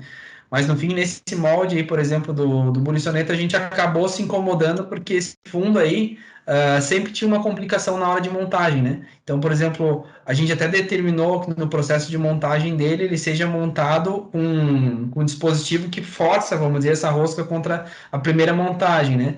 Porque a primeira montagem, quando tu monta essas peças quentes, né? Fica sempre mais complicado de tu rosquear, porque ele não consegue formar a rosca. Depois, quando a pessoa já está em casa, com o produto em casa, como ele já está resfriado, ele consegue fazer essa rosca funcionar normalmente. Mas no primeiro, na hora que está montando na produção, é péssimo. Então, por isso que daí a gente acabou adaptando esse dispositivo de montagem, né, para conseguir montar isso aí forçado. Se o pessoal fosse fazer hoje, talvez, esse projeto, com certeza, se for perguntar qualquer um da produção, eles não fariam mais esse projeto dessa forma. Eles fariam com colapsível ali dentro para fazer essas roscas formadas certinha, né? Esse aí, como foi feita uma extração forçada, não funciona depois na parte produtiva, né? Continuando, então. Na parte de acabamentos, que a gente também precisa tomar cuidado às vezes, né? Que é uma coisa que eu sempre falo pro pessoal, que é uma coisa que eu aprendi, assim, sempre que possível, eu opto, né, vamos dizer assim, por produtos que tenham placa extratora. Por que placa extratora, tá? Sempre que possível, né? Porque assim, ó, o que que acontece? Por exemplo, nesse produto aí, que é um dispenser, né, que a gente tem em linha. Aqui vocês podem ver na parte interna que ele tem vários pinos extratores aqui, tá? Para extrair essa peça. Esse molde, inclusive, dessas duas peças aqui que a gente tem dessa tampa e sobretampa, é um molde só, tá? Mas ele tem 4 pinos aqui internos para extrair, né? E 4 aqui. Se fosse optado por fazer uma placa extratora, o que ia acontecer diferente desse produto? Provavelmente ele não ia ter nenhuma dessas marquinhas aqui internas, tá? Ele ia ter só uma marquinha, talvez aqui na borda, algum detalhezinho, e aqui internamente ia ser liso. O que implica uma placa extratora? A placa extratora implica talvez um custo do molde um pouquinho mais alto, porque justamente tu não vai ter esses detalhes aqui do pino extrator. O pino extrator ele acaba se tornando mais barato na hora de tu fazer um molde, que tu não precisa fazer toda uma estrutura de uma placa extratora para extrair essa peça, tá? Só que daí ela acaba ficando com esses detalhes. Então, por exemplo, nesse caso específico, como era uma peça que ficava interna, não ficava aparente, não tinha tanto problema, né? Porque ela não, o consumidor final ele não vai ficar abrindo essa peça ali para olhar essa parte interna. Essa parte interna tu vai apenas pressionar ali a parte da tampa, né? Para poder sair o detergente do produto.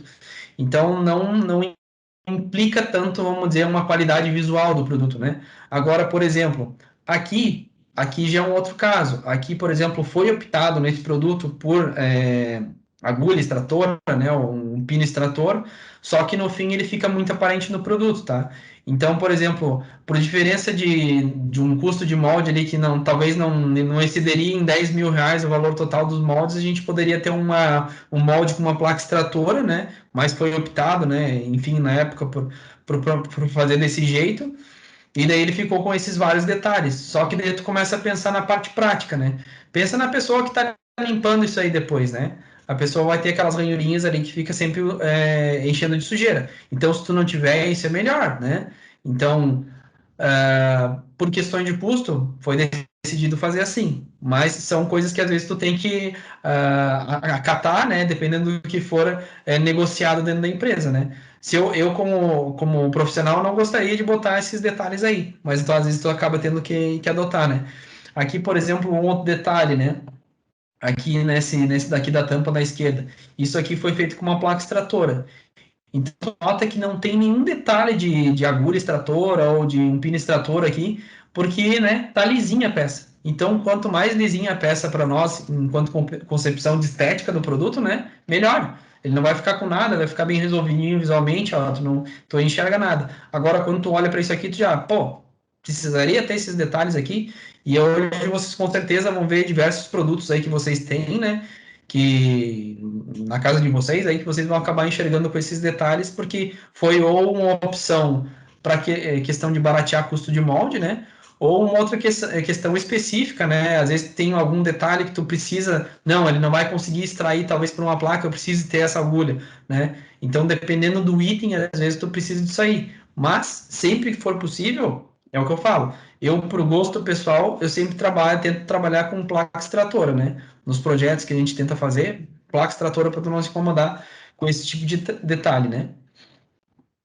Aqui, outro detalhe, então, por exemplo, em acabamento de injeção, né? Então, por exemplo, assim, nessa peça aqui da esquerda, ela é uma peça soprada, tá? É um bujão da soprana, um aspen, né? Aqui, se vocês conseguirem enxergar bem na lateral esquerda, aqui, ó, ele tem tipo um esbranquiçadinho, tá?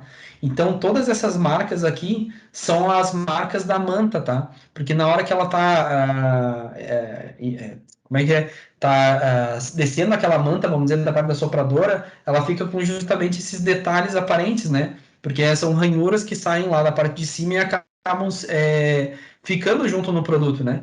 Então, por exemplo, aqui vocês conseguem notar que é cheio desses detalhes. E o que a gente faz, então, num produto desse tipo para não ficar esses detalhes, né? E por que ele é feito em sopro, esse produto especificamente? Justamente pela questão de resistência, tá? O sopro acaba dando um grau de resistência nessa peça por questão de impacto e por questão também até da própria formação da peça, porque que ela vai ser empregada, né? Então, por exemplo, ela é soprada a parte externa, mas ela tem uma parte interna também. Por que ela tem duas partes, né? Porque no miolo, ali no meio, entre as duas peças, vai ter o PU, né?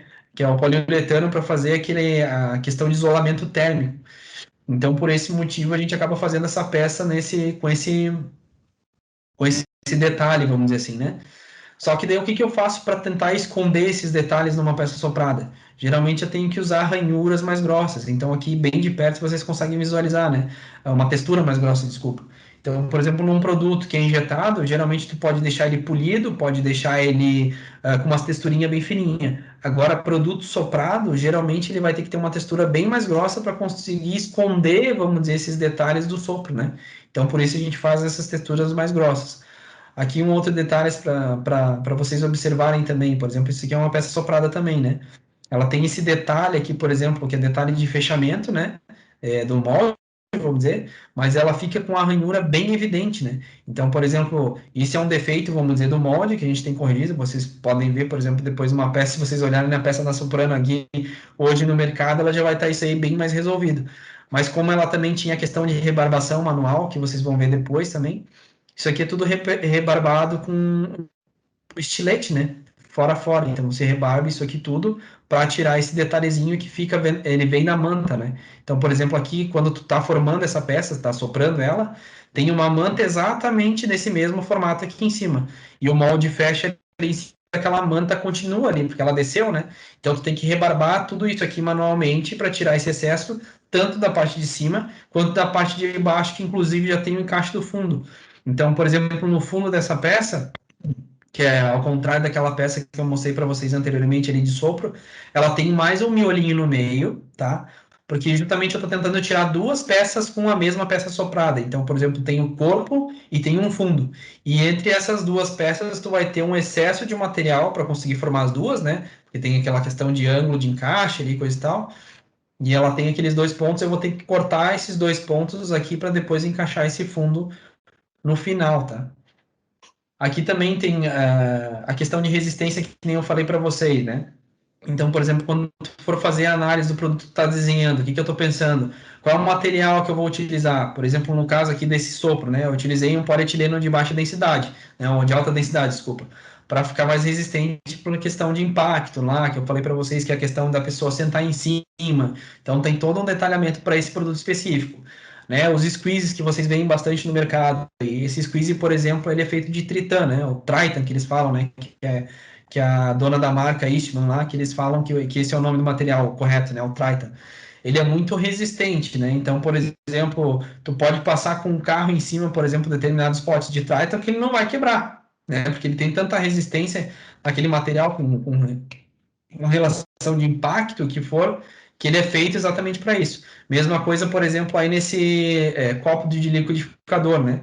Como tu vai bater coisas ali dentro, né? Às vezes tu precisa de muita resistência. E qual é o material plástico hoje em dia que eles estão usando justamente para fazer esses copos de liquidificador? Principalmente o Tritan, tá? E o Sun. Os dois são copolímeros, né? São, pelo que eu lembro agora de cabeça, os dois são copolímeros, são praticamente da mesma família, só que o Sun é um pouquinho mais barato e o Triton ele é mais maleável, né? O Sanji é mais rígido, é um material mais duro.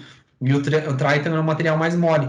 Só que daí ele consegue absorver deformação mais fácil, por isso tu consegue passar com o carro em cima ou o que for, né? Justamente pela questão de resistência desse material, que são coisas que tu pode estar pensando também na hora que tu for conceber teu produto, né? Outra questão de espessura e rechupes, né? O produto vai precisar ter um custo baixo, qual é a espessura limite para eu trabalhar com determinado processo? Ele vai soprar, vai injetar, pode dar rechupe, né? Então, por exemplo, assim, são detalhes que tu pode também já estar antevendo quando tu está fazendo o teu projeto, né? Esse projeto aqui, por exemplo, é daquele dispenser, só para vocês terem uma noção, né? Então, por exemplo, quando ele foi concebido, né, o desenho original dele, vocês podem olhar aqui que ele tem bastante massa, vamos dizer, nessa parte de trás, né? Aqui também em cima nessa parte aqui. Só que aqui a gente tinha muita concentração de calor. O que acabava ocasionando isso aqui, tá? Acabava ocasionando, vamos dizer, muito calor, né? Vamos dizer, nessa região, né? E a gente acabava tendo um tempo de processo, né? Um tempo de ciclo de injeção muito alto. Então, o que a gente propôs fazer, tá? Um Sim, pode falar.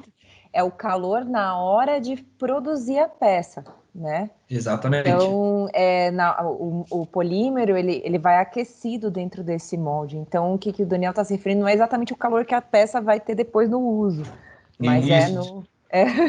Não, exatamente. Exatamente, porque assim, ó, desculpa eu não ter falado isso, mas, por exemplo, assim, ó, num processo de injeção, dependendo do tipo de plástico que tu tem, né, por exemplo, um PP, às vezes um PP entra na injetora a 220 graus Celsius, né, a temperatura de conformação, vamos dizer, de formação da peça, né, dependendo do outro item, às vezes pode ir mais alto, pode ir mais baixo, tem a variação de temperatura dependendo do material, às vezes vai de 180 até quase 300, né?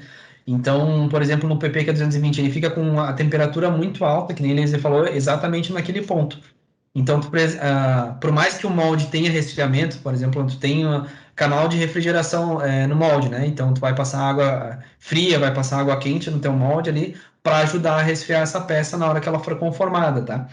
Mas, por exemplo, especificamente ali naquele detalhe, ele estava muito quente ali, né? Então, ele acabava ocasionando rechupe, né? Naquela parte ali de fora da peça, e também demorava muito o ciclo. Então, como era uma peça para ser mais barata em termos de custo, a gente começou a trabalhar no processo e o que a gente poderia fazer para ajudar. E o que eu pensei também, como é que eu poderia tirar aquele excesso de material ali de dentro? Então, o que a gente acabou fazendo?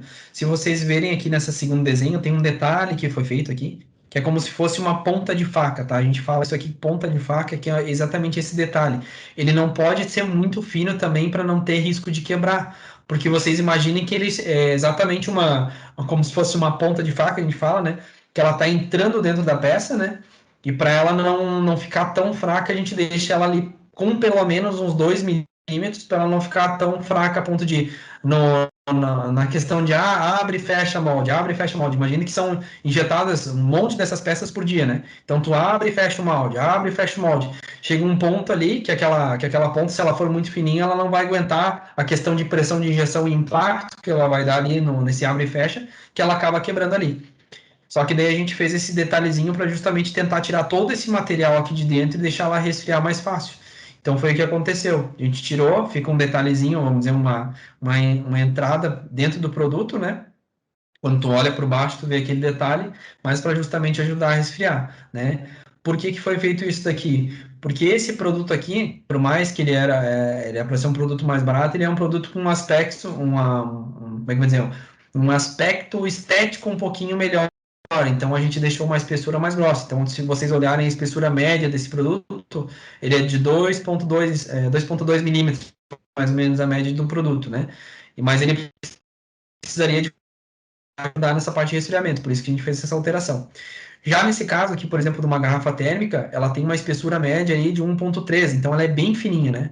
Só que isso também barateia o custo por um lado, que nem eu falei para vocês, né? Só que por outro lado tem toda a questão de pressão de injeção. Então, por exemplo, para conseguir completar essa peça, né, ela vai ter muito mais pressão para conseguir passar. Porque vocês imaginem o seguinte: para completar uma peça, dependendo do ponto de injeção dela, né?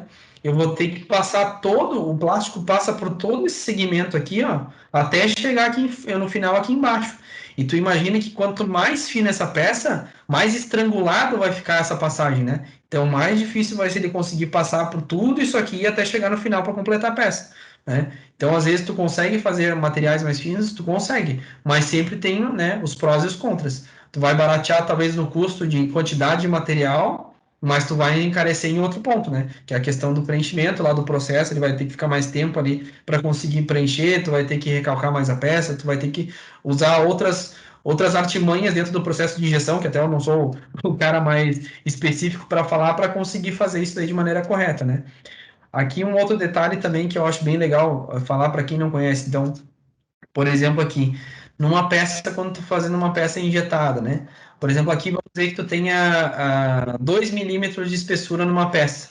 E tu vai ter uma parede interna nessa peça, né? Para fazer algum detalhe. Geralmente, se tu faz uma parede interna, ela vai acabar ocasionando um rechupe aqui em cima, que é justamente tu tem muita concentração de calor nesse ponto, né? Então, segundo as teorias, o que eles dizem para a gente fazer nesses casos, né? A gente afina, vamos dizer, a parede interna. Então, se essa parede aqui tem 2, essa daqui vai ter que ter pelo menos a metade. Então, ela vai ter que ter 1 milímetro aqui nessa parede para que não ocasione esse rechupe, né? Então, por exemplo, nesses casos aqui, né? Aqui, por exemplo, eu tenho bastante parede grossa, né?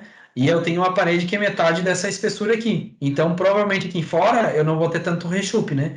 Agora, por exemplo, aqui, que eu tinha muito material aqui, né? Nesse detalhe. E aqui nas paredes laterais, se tu pegar nessa peça, tu pegar nas laterais, aqui tem esse detalhezinho aqui, acaba ocasionando rechupe justamente por causa que ela não tem nem a metade da espessura ou tá concentrando muito calor nesse ponto, tá? Então, sempre tem essas... Pode falar. Não, só ilustrando o rechupe, pessoal. Muitas vezes vocês podem ver uma peça plástica que é mais simples, assim, que ela é meio... Você olha a superfície, ela tem umas entrâncias, umas curvinhas, deformações, umas imperfeições. Isso. Aí você olha do outro lado, tem um reforço ou uma parede plástica, exatamente ali naquela parte da superfície onde ela está deformada, né? Então, isso é o que o Daniel está se referindo a rechupe. Isso acontece por causa de uma diferença de resfriamento de material. Ele vai ficar exatamente isso que ele falou. O que ele quer dizer quando ele está falando de tem muita concentração de calor ali? Ele demora mais para resfriar. Então, a outra parte da peça se acomodou, toda bonitinha, tá toda com a espessura de parede bonitinha, mas ali ainda está quente. E então ela tem uma diferença, começa a tensionar toda aquela estrutura, e aí ela fica deformada. E isso é o que o Daniel se refere a rechupe. Então tem essa regrinha aí de projetar, a gente chama a espessura principal da parede da peça de espessura nominal, e existe uma proporção, que é o que o Daniel tem várias regrinhas, né? Essa daqui é de 0,5 a 0,7, mas é bom você sempre falar com o seu fornecedor o que ele recomenda, né? Porque até alguma coisa ou outra ele consegue calibrar na máquina, né? Mas, via de regra, é bom pensar já que se você tem uma parede secundária, ela precisa ter uma espessura um pouco menor, né? E ela precisa ter ângulo de extração também. Então, só fazendo esse parêntese para deixar o Daniel também descansar um pouco, explicando um pouco melhor esse conceito.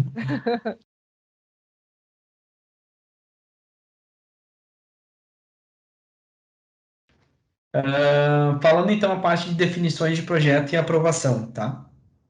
Então, por exemplo, aqui, o que a gente apresenta, vamos dizer, depois de tudo isso que a gente olhou, né? Todas essas concepções que a gente olhou do produto, né? Como é que a gente vai apresentar? Por que a gente precisa olhar tudo isso antes de apresentar?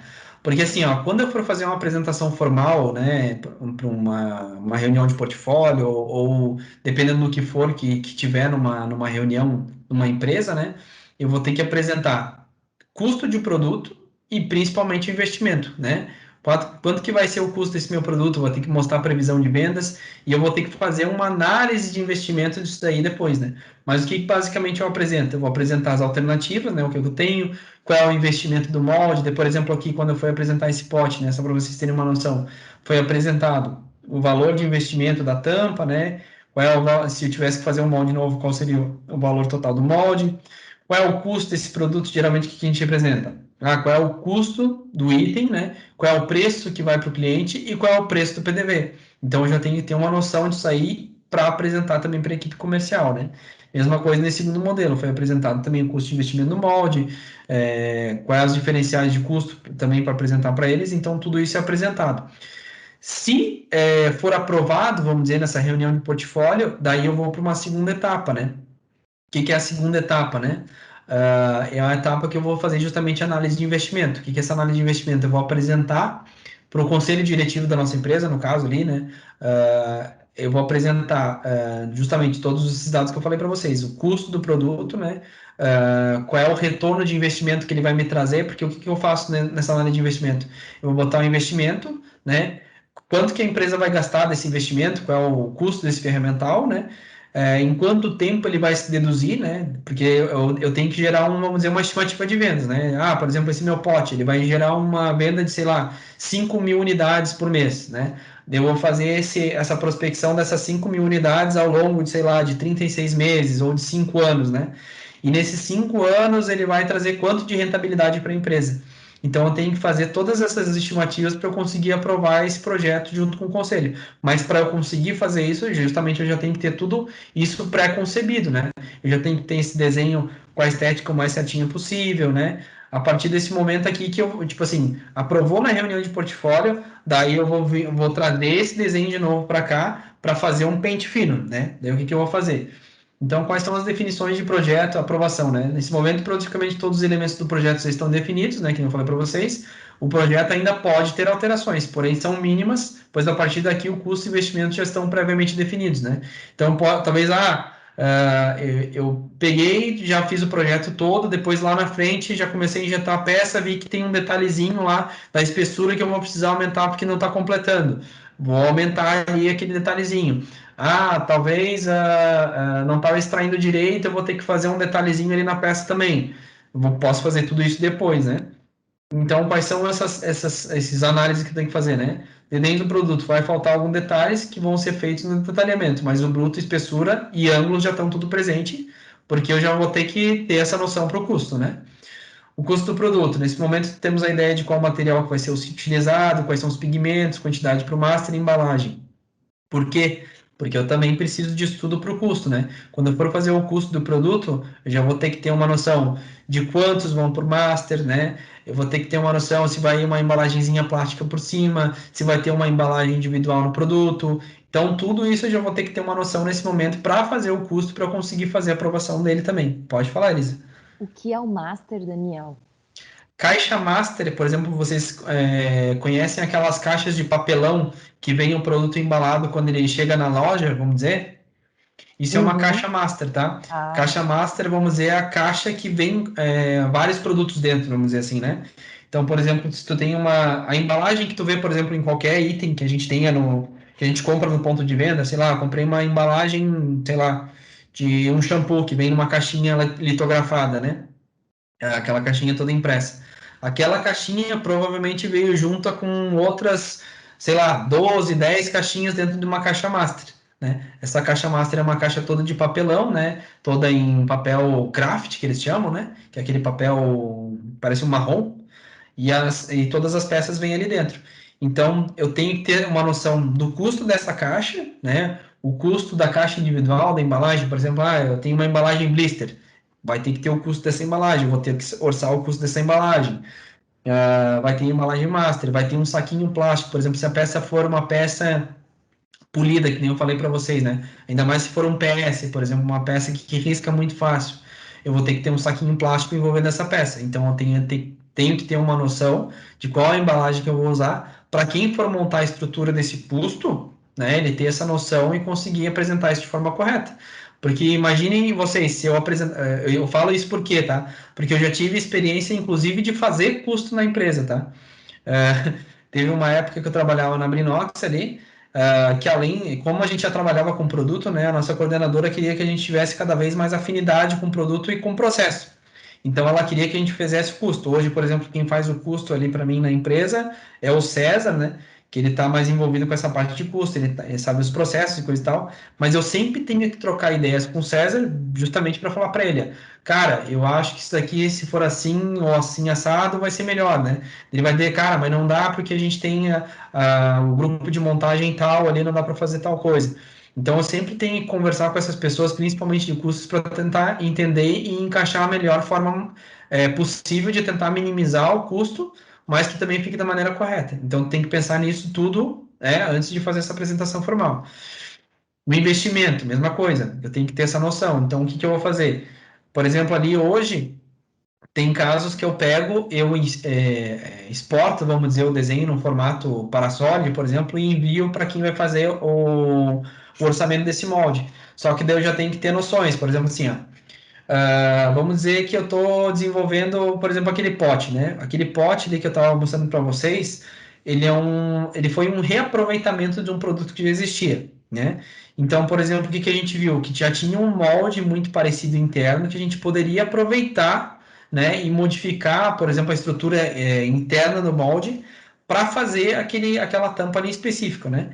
Então, por exemplo, o custo acabou reduzindo bastante do investimento desse cara, porque justamente eu aproveitei um molde antigo, né, e reestruturei, vamos dizer, a parte interna dele. Agora, se fosse um molde novo, talvez eu tinha que pagar e orçar, por exemplo, uma cavidade ou duas cavidades, o que compensa mais para mim tentar baixar o custo desse produto, né? Geralmente, o que a gente faz, tá? Isso não é via de regra de toda empresa, né? Mas o que as empresas fazem? Fazem um molde geralmente de uma cavidade, né? Veem se o produto vai ter uma saída boa, dependendo do que for, né? Se ele tiver uma saída boa, eles fabricam um molde de duas cavidades depois. Só que o que acontece? O molde de uma cavidade, ele vai tirar uma peça, né? Uma peça por, vamos dizer, uma peça por minuto, vamos dizer assim, né? E ela vai demorar muito para injetar um lote de 300 peças. Se eu tiver um molde de 2 cavidades, a cada 1 minuto ele vai tirar 2 peças. Então, né, a minha produtividade vai ser muito maior, com relação a isso, meu custo também vai baixar. Então, quando eu for conceber também o produto, dependendo do que for, qual é o resultado final que eu quero chegar nesse produto, né, eu vou ter que pegar e estimar esse investimento com esses itens aí para esses moldes, certo? E por último, a gente faz a análise de investimento, que nem eu falei para vocês, que é essa documentação contendo tudo isso, né, que vai ser submetida a esse conselho diretivo da empresa para aprovar se ele vai ter o retorno esperado ou não, né? Por fim, a gente tem o detalhamento de projeto. Então, o que, que eu faço no detalhamento de projeto? O que, que é esse checklist que eu tenho que fazer antes de entregar esse projeto para fazer essa parte desse molde, né? Então, a primeira coisa, desenho está ok, eu vou verificar se está tudo ok no desenho, se não tem nenhum problema no meu desenho, né? As espessuras estão constantes, né? Tá tudo certinho. Existe algum possível reshoot que eu possa evitar na peça? Porque, assim, às vezes tu vai fazer um molde flow na peça, tu vai ter uma noção dos problemas que ela vai ter. Às vezes tu não vai fazer. Às vezes tem momentos que o toque de caixa, vamos dizer, do projeto é tão grande que tu não vai ter tempo de fazer. Então tu vai ter que usar o teu conhecimento ali, isso aqui pode dar um problema aqui, vamos trocar ideia com alguém, né? Tu vai trocar ideia com o pessoal de projeto, vai trocar com o pessoal da matrizaria, né? Tu vai trocando com ideias com pessoas que estão envolvidas nesse projeto como um todo, né? Os ângulos de extração estão ok, né? Eu já preparei tudo para fazer a extração correta. Eu preciso aumentar ou modificar algo, isso vai implicar no meu custo, né? Porque assim, por mais que às vezes esteja pronto todo o projetinho, tudo certinho, às vezes chega um determinado momento ali do projeto que vai dizer, putz, isso aqui eu esqueci, tinha que botar esse detalhe a mais aqui. Então talvez aumente um pouquinho o custo, né? Se aumentar o custo, será que eu vou ter que refazer essa apresentação? Porque muitas vezes, às vezes tu já está com tudo pronto, só que tu, esqueci de um detalhe que era importantíssimo. Cara, então é preferível tu voltar tudo atrás e dizer, pessoal, eu esqueci de determinado detalhe, eu vou ter que agregar isso aí no custo do produto, né? Eu vou ter que voltar atrás e apresentar de novo para o conselho diretivo. Pode falar, Daniela. Uma pergunta quanto a isso, dessa aprovação de orçamento, tem alguma margem de sobra de orçamento para caso necessite esse tipo de alteração que você indicou? Geralmente assim, ó, tu pode até botar uma margem de sobra, tá? Mas, tipo assim, eu vou te falar por experiência, tá? Do que eu tive até hoje. O que geralmente a gente está fazendo agora, por exemplo, nos projetos da Soprano? A gente está botando uma margem, por exemplo, às vezes para marketing, né? Tu vai ter que divulgar. Tudo isso a gente está tentando colocar junto no projeto na hora da aprovação.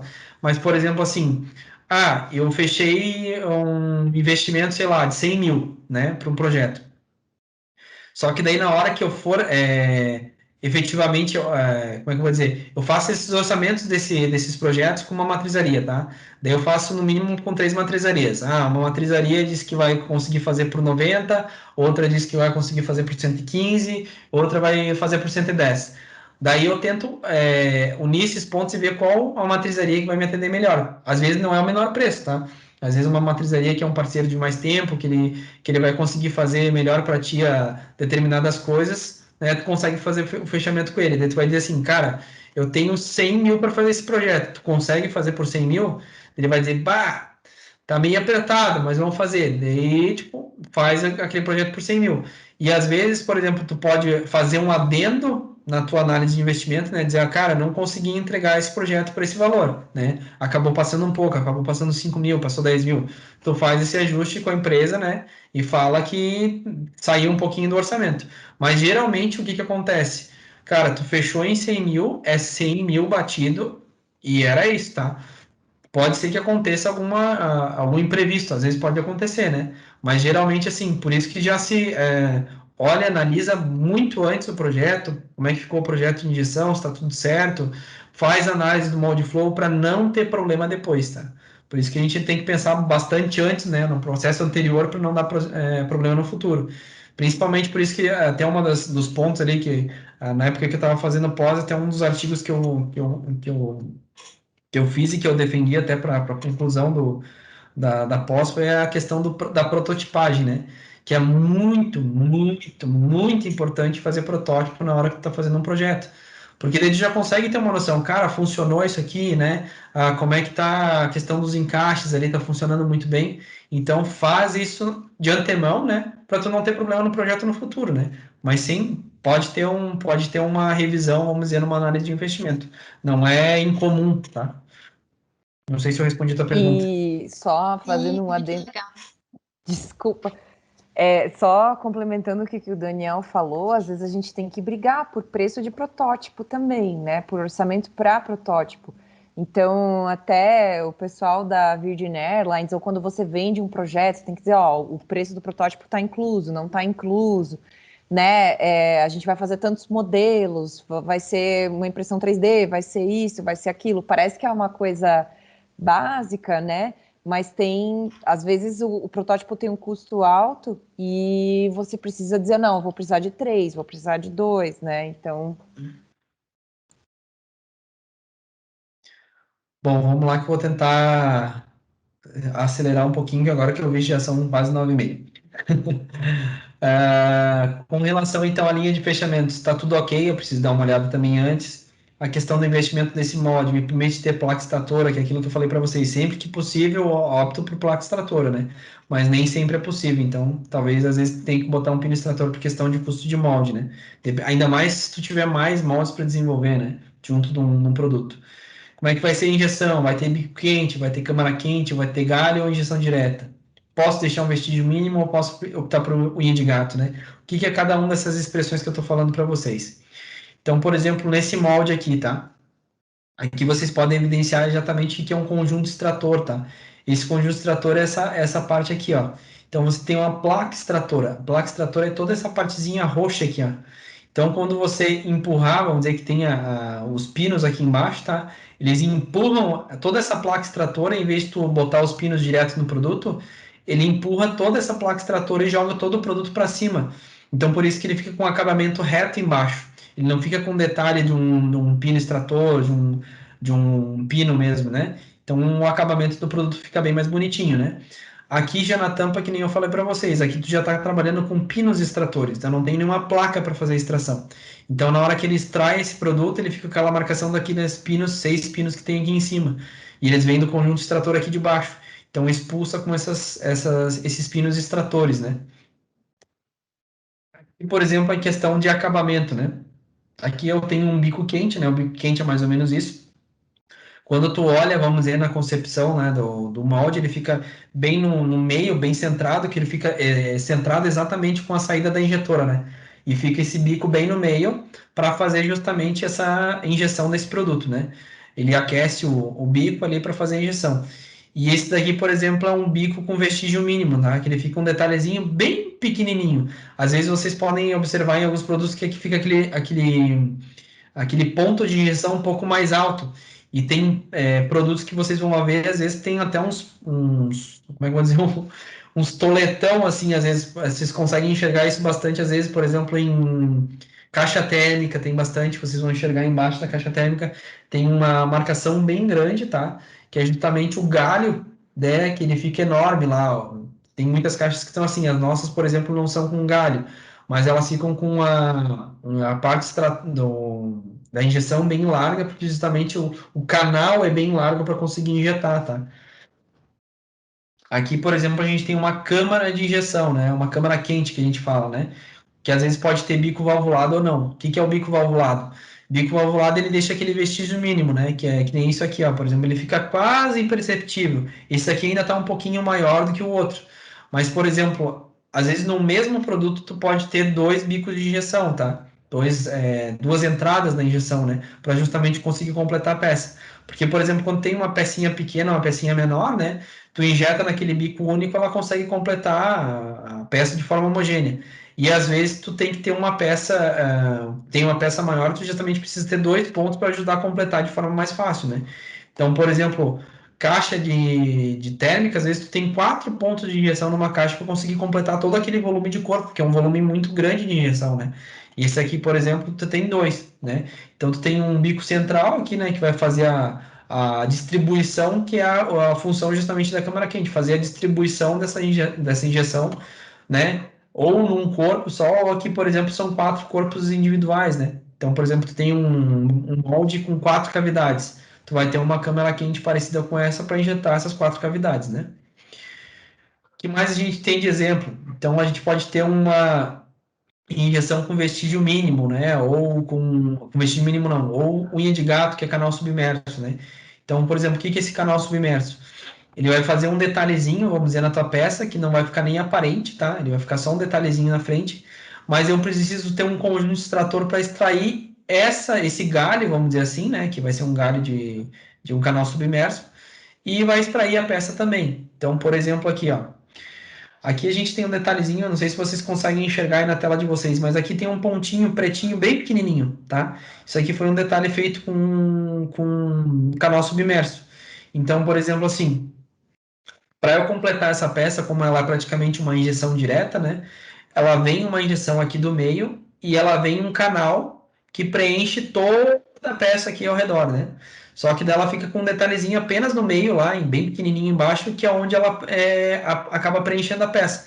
Então é um detalhezinho bem pequenininho, né? Que fica quase imperceptível e na hora que tu extrai a peça e extrai o galho junto. Os dois já saem separados, né? Que fica só o detalhezinho. Ela é conhecida por unha de gato também, né? Porque às vezes nesse canal submerso ela tem justamente esse formato que parece uma unha de um gato, né? Então fica com essa nomenclatura vulgar, vamos dizer assim, mas o correto seria canal submerso, tá? A gente consegue ver ela mais propriamente dita, essa injeção direta, né? Então, por exemplo, ela vem aqui, injeção aqui de baixo, completa tudo isso aqui, né? Esse canal, né? E ela preenche, assim, esse detalhezinho aqui bem no fundo, que fica esse detalhezinho de unha de gato aqui, né? Então, ele depois extrai a peça e extrai essa galhada junto, né? E aqui do lado direito vocês podem ver uma injeção direta, que ela geralmente o que acontece, né? Por exemplo, aqui as duas partes do molde, né? O macho e cavidade, que é aquele molde mais simples até que a Elisa falou, né? Ah, eu não quero um molde com gaveta. Esse é um molde sem gaveta, né? Então tu tem um macho, né? Que faz essa parte bicuda, vamos dizer, dessa peça, e a fêmea aqui, né? Então, tu tem todo o fechamento só ao redor aqui, que é um fechamento redondinho, né? E tu tem esse galho central que ele vai ser injetado junto. Só que na hora que tu fazer um custo, por exemplo, desse produto, né? Tu tem que pensar que todo esse custo desse galho também está incluído nesse custo, tá? Então, por exemplo, aqui ele vai injetar 4 peças em cada lado, né? No total são 8 peças.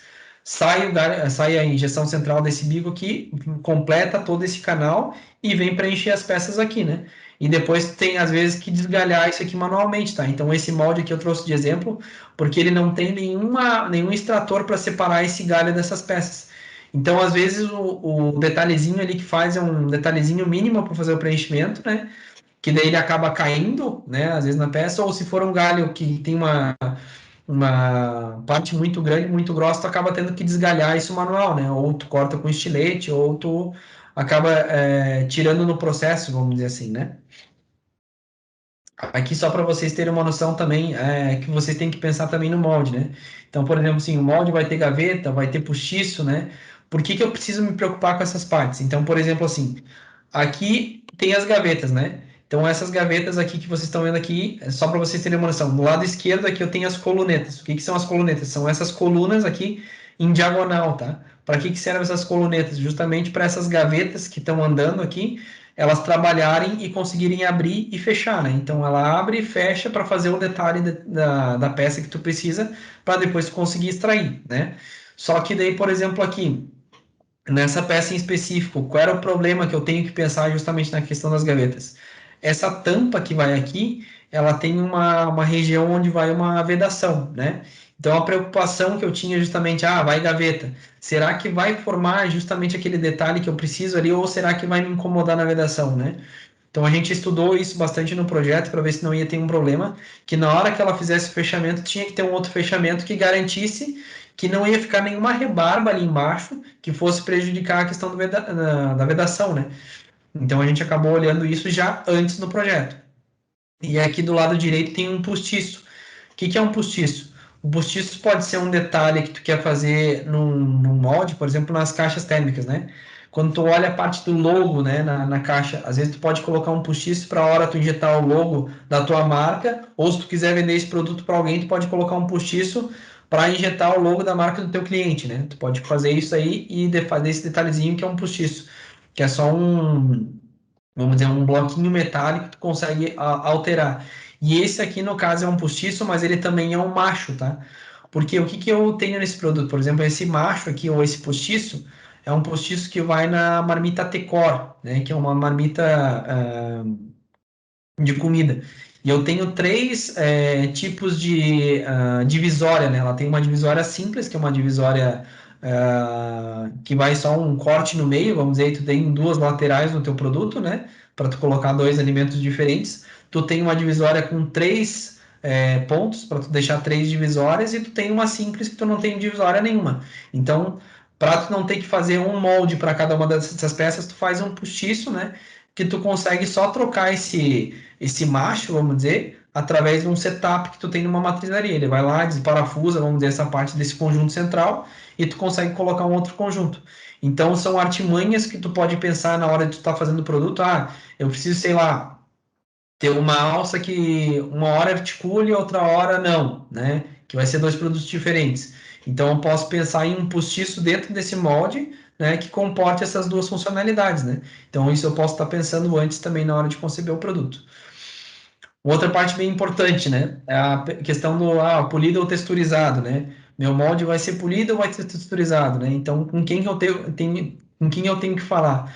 Então, tem empresas hoje, né, no ramo de texturização, né? Por exemplo, a gente utiliza muito a Rotex aqui, tem a Texturizar, que eles fazem esses padrões, né? Então, estou pensando no projeto, eu quero que tenha uma textura mais fininha, que pareça um soft touch. Tu vai olhar no catálogo deles lá, tu vai, até com o próprio dedo, né? Olhando assim, essa textura aqui vai ser mais agradável no meu produto, então eu quero esse tipo.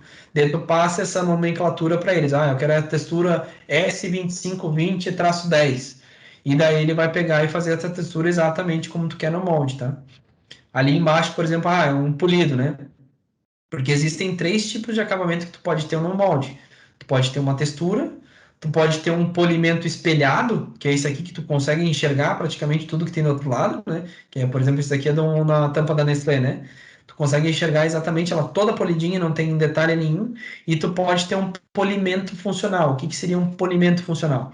Por exemplo, assim, as nossas lixeiras, né? A gente tem um produto todo texturizado por fora, mas para facilitar a extração, como o produto é muito alto, tu acaba colocando um polimento funcional. O que é um polimento funcional? Ele não fica espelhado desse jeito, porque quanto mais espelhado o teu molde tiver, mais grudada a tua peça vai ficar, tá? Por mais que não aparente, quanto mais polimento, pensa que ele tem mais aderência da peça plástica no teu molde. Então, quanto mais textura, às vezes, que tu bote, às vezes facilita até, ao contrário do que parece, né? Às vezes a textura até facilita a questão da extração.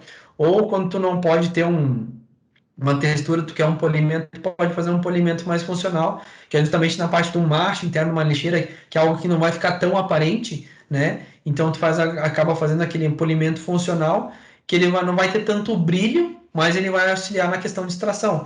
Então vocês podem observar, às vezes, nas peças que vocês têm na casa de vocês, aí as lixeiras, que às vezes o polimento interno, vocês olham, não tá tão polida assim. Ela justamente foi feito um polimento funcional para ajudar na questão de extração, né?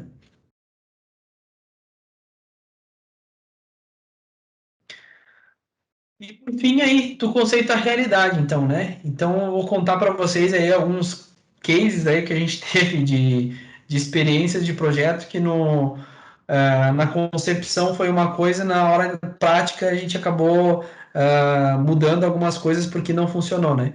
Então, por exemplo, ali, começando pelo Pote Napoli, que é o mais recente ali, que a gente acabou de lançar esse produto, tá? O que aconteceu? Esse produto, então, a gente tinha uma tampa em PP, né, e um corpo em PS, então tem que trabalhar com a contração dos dois, mas tem mais a questão da vedação ali para fazer o encaixe de um com o outro. Tá, feito o projeto, tá tudo certo, tá tudo bonitinho, na teoria tá tudo beleza, fizemos o protótipo, funcionou. Na hora da prática, começamos a injetar as peças, tu encaixava a tampa, o pote jogava a tampa para fora. Eu disse, meu Deus do céu. E daí a gente fez um tryout, estava com mais folga, tinha dado certo, né? Mas ainda estava muito folgado, disse, vamos apertar mais um pouquinho. Apertamos mais um pouquinho, não ficou tão bom, apertamos a terceira vez. Na hora que botamos a terceira vez, não consegui encaixar a tampa. Eu disse, meu Deus, o que eu fiz de errado no projeto? Já comecei a pensar um monte de coisa. Daí até comentei com a Elisa desse problema esses dias, eu disse assim, podia me baixar uma luz divina agora me ajudar, né? Daí veio aquela iluminação na hora e disse assim, pode ser vácuo, né? Porque o que acontece? quando tu tem uma superfície que tá com uma vedação totalmente fechadinha, né? Tá totalmente hermético, tá prendendo o ar ali dentro. A questão do ar é que ele vai tentar expulsar essa pressa para fora, né? Então, o que eu posso fazer para tentar evitar isso aí acontecer?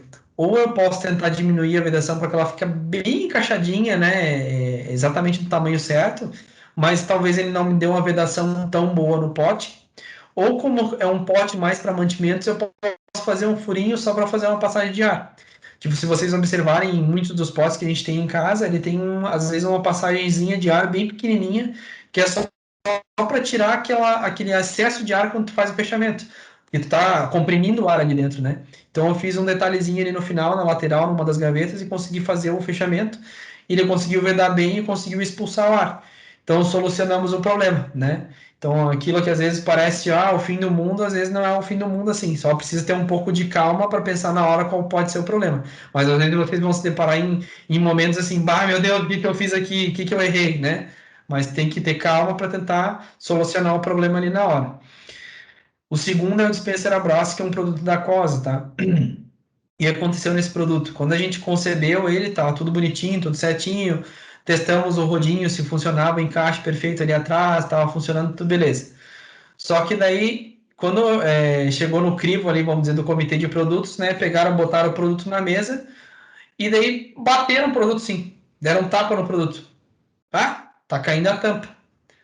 Daí puta merda. Eu disse, meu Deus, o que eu vou fazer agora, né? Caiu a tampa, como é que eu vou solucionar, né?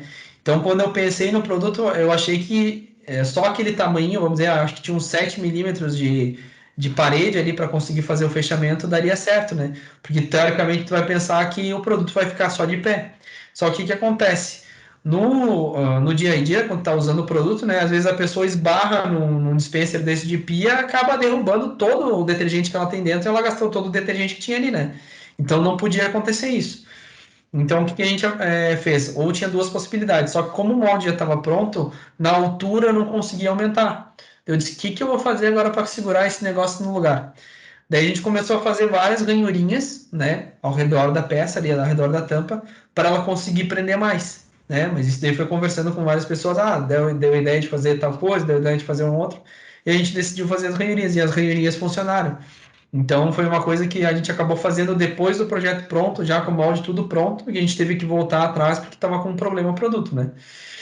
E o último case é esse aqui da Jarra Fan. O que aconteceu? A Jarra Fan, a gente já tinha na Cosa uma jarra, que era jarra de 3 litros, que era praticamente esse mesmo formato, tá? E a gente queria introduzir no mercado uma jarra de 2 litros, porque a jarra de 3 litros era muito grande, né? Só que esse design o pessoal gostava bastante e pediram para nós uma jarra de 2 litros. Só que como é que eu vou fazer essa jarra de 2 litros? Beleza, fiz todo o desenho da jarra, e quando eu olhei o desenho da jarra original, ela tem tipo uma barriguinha assim para fora, né? E daí eu peguei e eu falei com uma nossa consultora lá, que era a Cristina na época, né? Posso fazer ela reta aqui em cima, porque praticamente olhando ela, não ia dar tanta diferença se fizesse ela reta em cima, né? E continuasse com a mesma curvatura tangente embaixo, né? E daí ela disse, não, por mim tudo ok, tu pode fazer reto. Beleza, fizemos todo o desenho, fizemos todos os moldes, tudo pronto. Quando chegou de novo no comitê de produtos, botamos a jarra assim em cima da mesa. O Christian, que era CEO, ele falou assim, botou as duas do lado. Esse desenho tá meio diferente, né? Daí eu expliquei, não, que a gente fez ela um pouquinho mais reta para comportar na questão de molde, facilitar, né? Que não vou precisar fazer a usinagem na lateral ali diferente, né? Então a gente acabou fazendo ela reta porque ia dar pouco de diferença. Mas tá diferente. Daí a consultora falou, tá diferente. Deu, mas eu falei contigo. E às vezes as pessoas, né, na hora de apresentar as coisas, ficam nervosas e não lembram de tudo que elas falaram, né? No fim, não tinha e-mail para comprovar que foi falado tudo isso, mas no fim, o que a gente fez? A gente acabou adaptando então no molde, né? A sorte é que, como era um detalhe para fora, né, e a gente tinha as gavetas para fazer o detalhe, a gente conseguiu fazer esse detalhezinho para fora e conseguiu deixar ela mais barrigudinha. Mas tem momentos que talvez tu não consiga fazer isso. Aqui a gente deu sorte de novo, né? Porque o molde, vamos dizer, tu ia ter que tirar material do molde para conseguir fazer esse detalhe e não colocar material, né? Porque se fosse colocar material, talvez tu tenha que botar uma solda, né, a laser, ali, algum detalhe dentro do molde, e isso vai ficar com um detalhe muito feio no produto, né? Então, tu não consegue voltar atrás. Então, tem casos, às vezes, tu consegue voltar atrás, tem casos que tu não consegue, né? Então, basicamente, vocês vão encontrar no ramo de vocês aí diversas ocasiões que vocês vão se debater com esses problemas, tá? Não sei se vocês têm alguma dúvida ou se faltou alguma informação aí, mas era mais ou menos isso que eu tinha para passar para vocês hoje. Tem uma pergunta só do Gabriel sobre os tubos, dos fluxos, se aqueles tubos vermelhos e azuis eram os fluxos de resfriamento e aquecimento do molde. Isso aí, exatamente. Então, você tem os canais ali de refrigeração, né? Que geralmente, assim, ou, dependendo da peça, né? Ou tu pode só ter água gelada, né? Ou pode ter água normal, ou pode ter água quente. Tudo vai depender do tipo de peça. Por exemplo, às vezes tu tem uma peça que está grudando muito no macho. Então, tu pode aquecer bem a parte da fêmea ali, né? Para deixar ela mais quente por fora, né? Para puxar a peça para fora e deixar o macho mais gelado. Então, tudo depende do tipo de peça, né? Tudo depende do tipo de ocasião que vai acontecer. Mas sempre tem que ter a refrigeração no macho para ajudar a resfriar a peça, né? De qualquer maneira, para tu conseguir extrair ela mais rápido, né? Tem que recalcar menos também. Mas geralmente são os canais ali.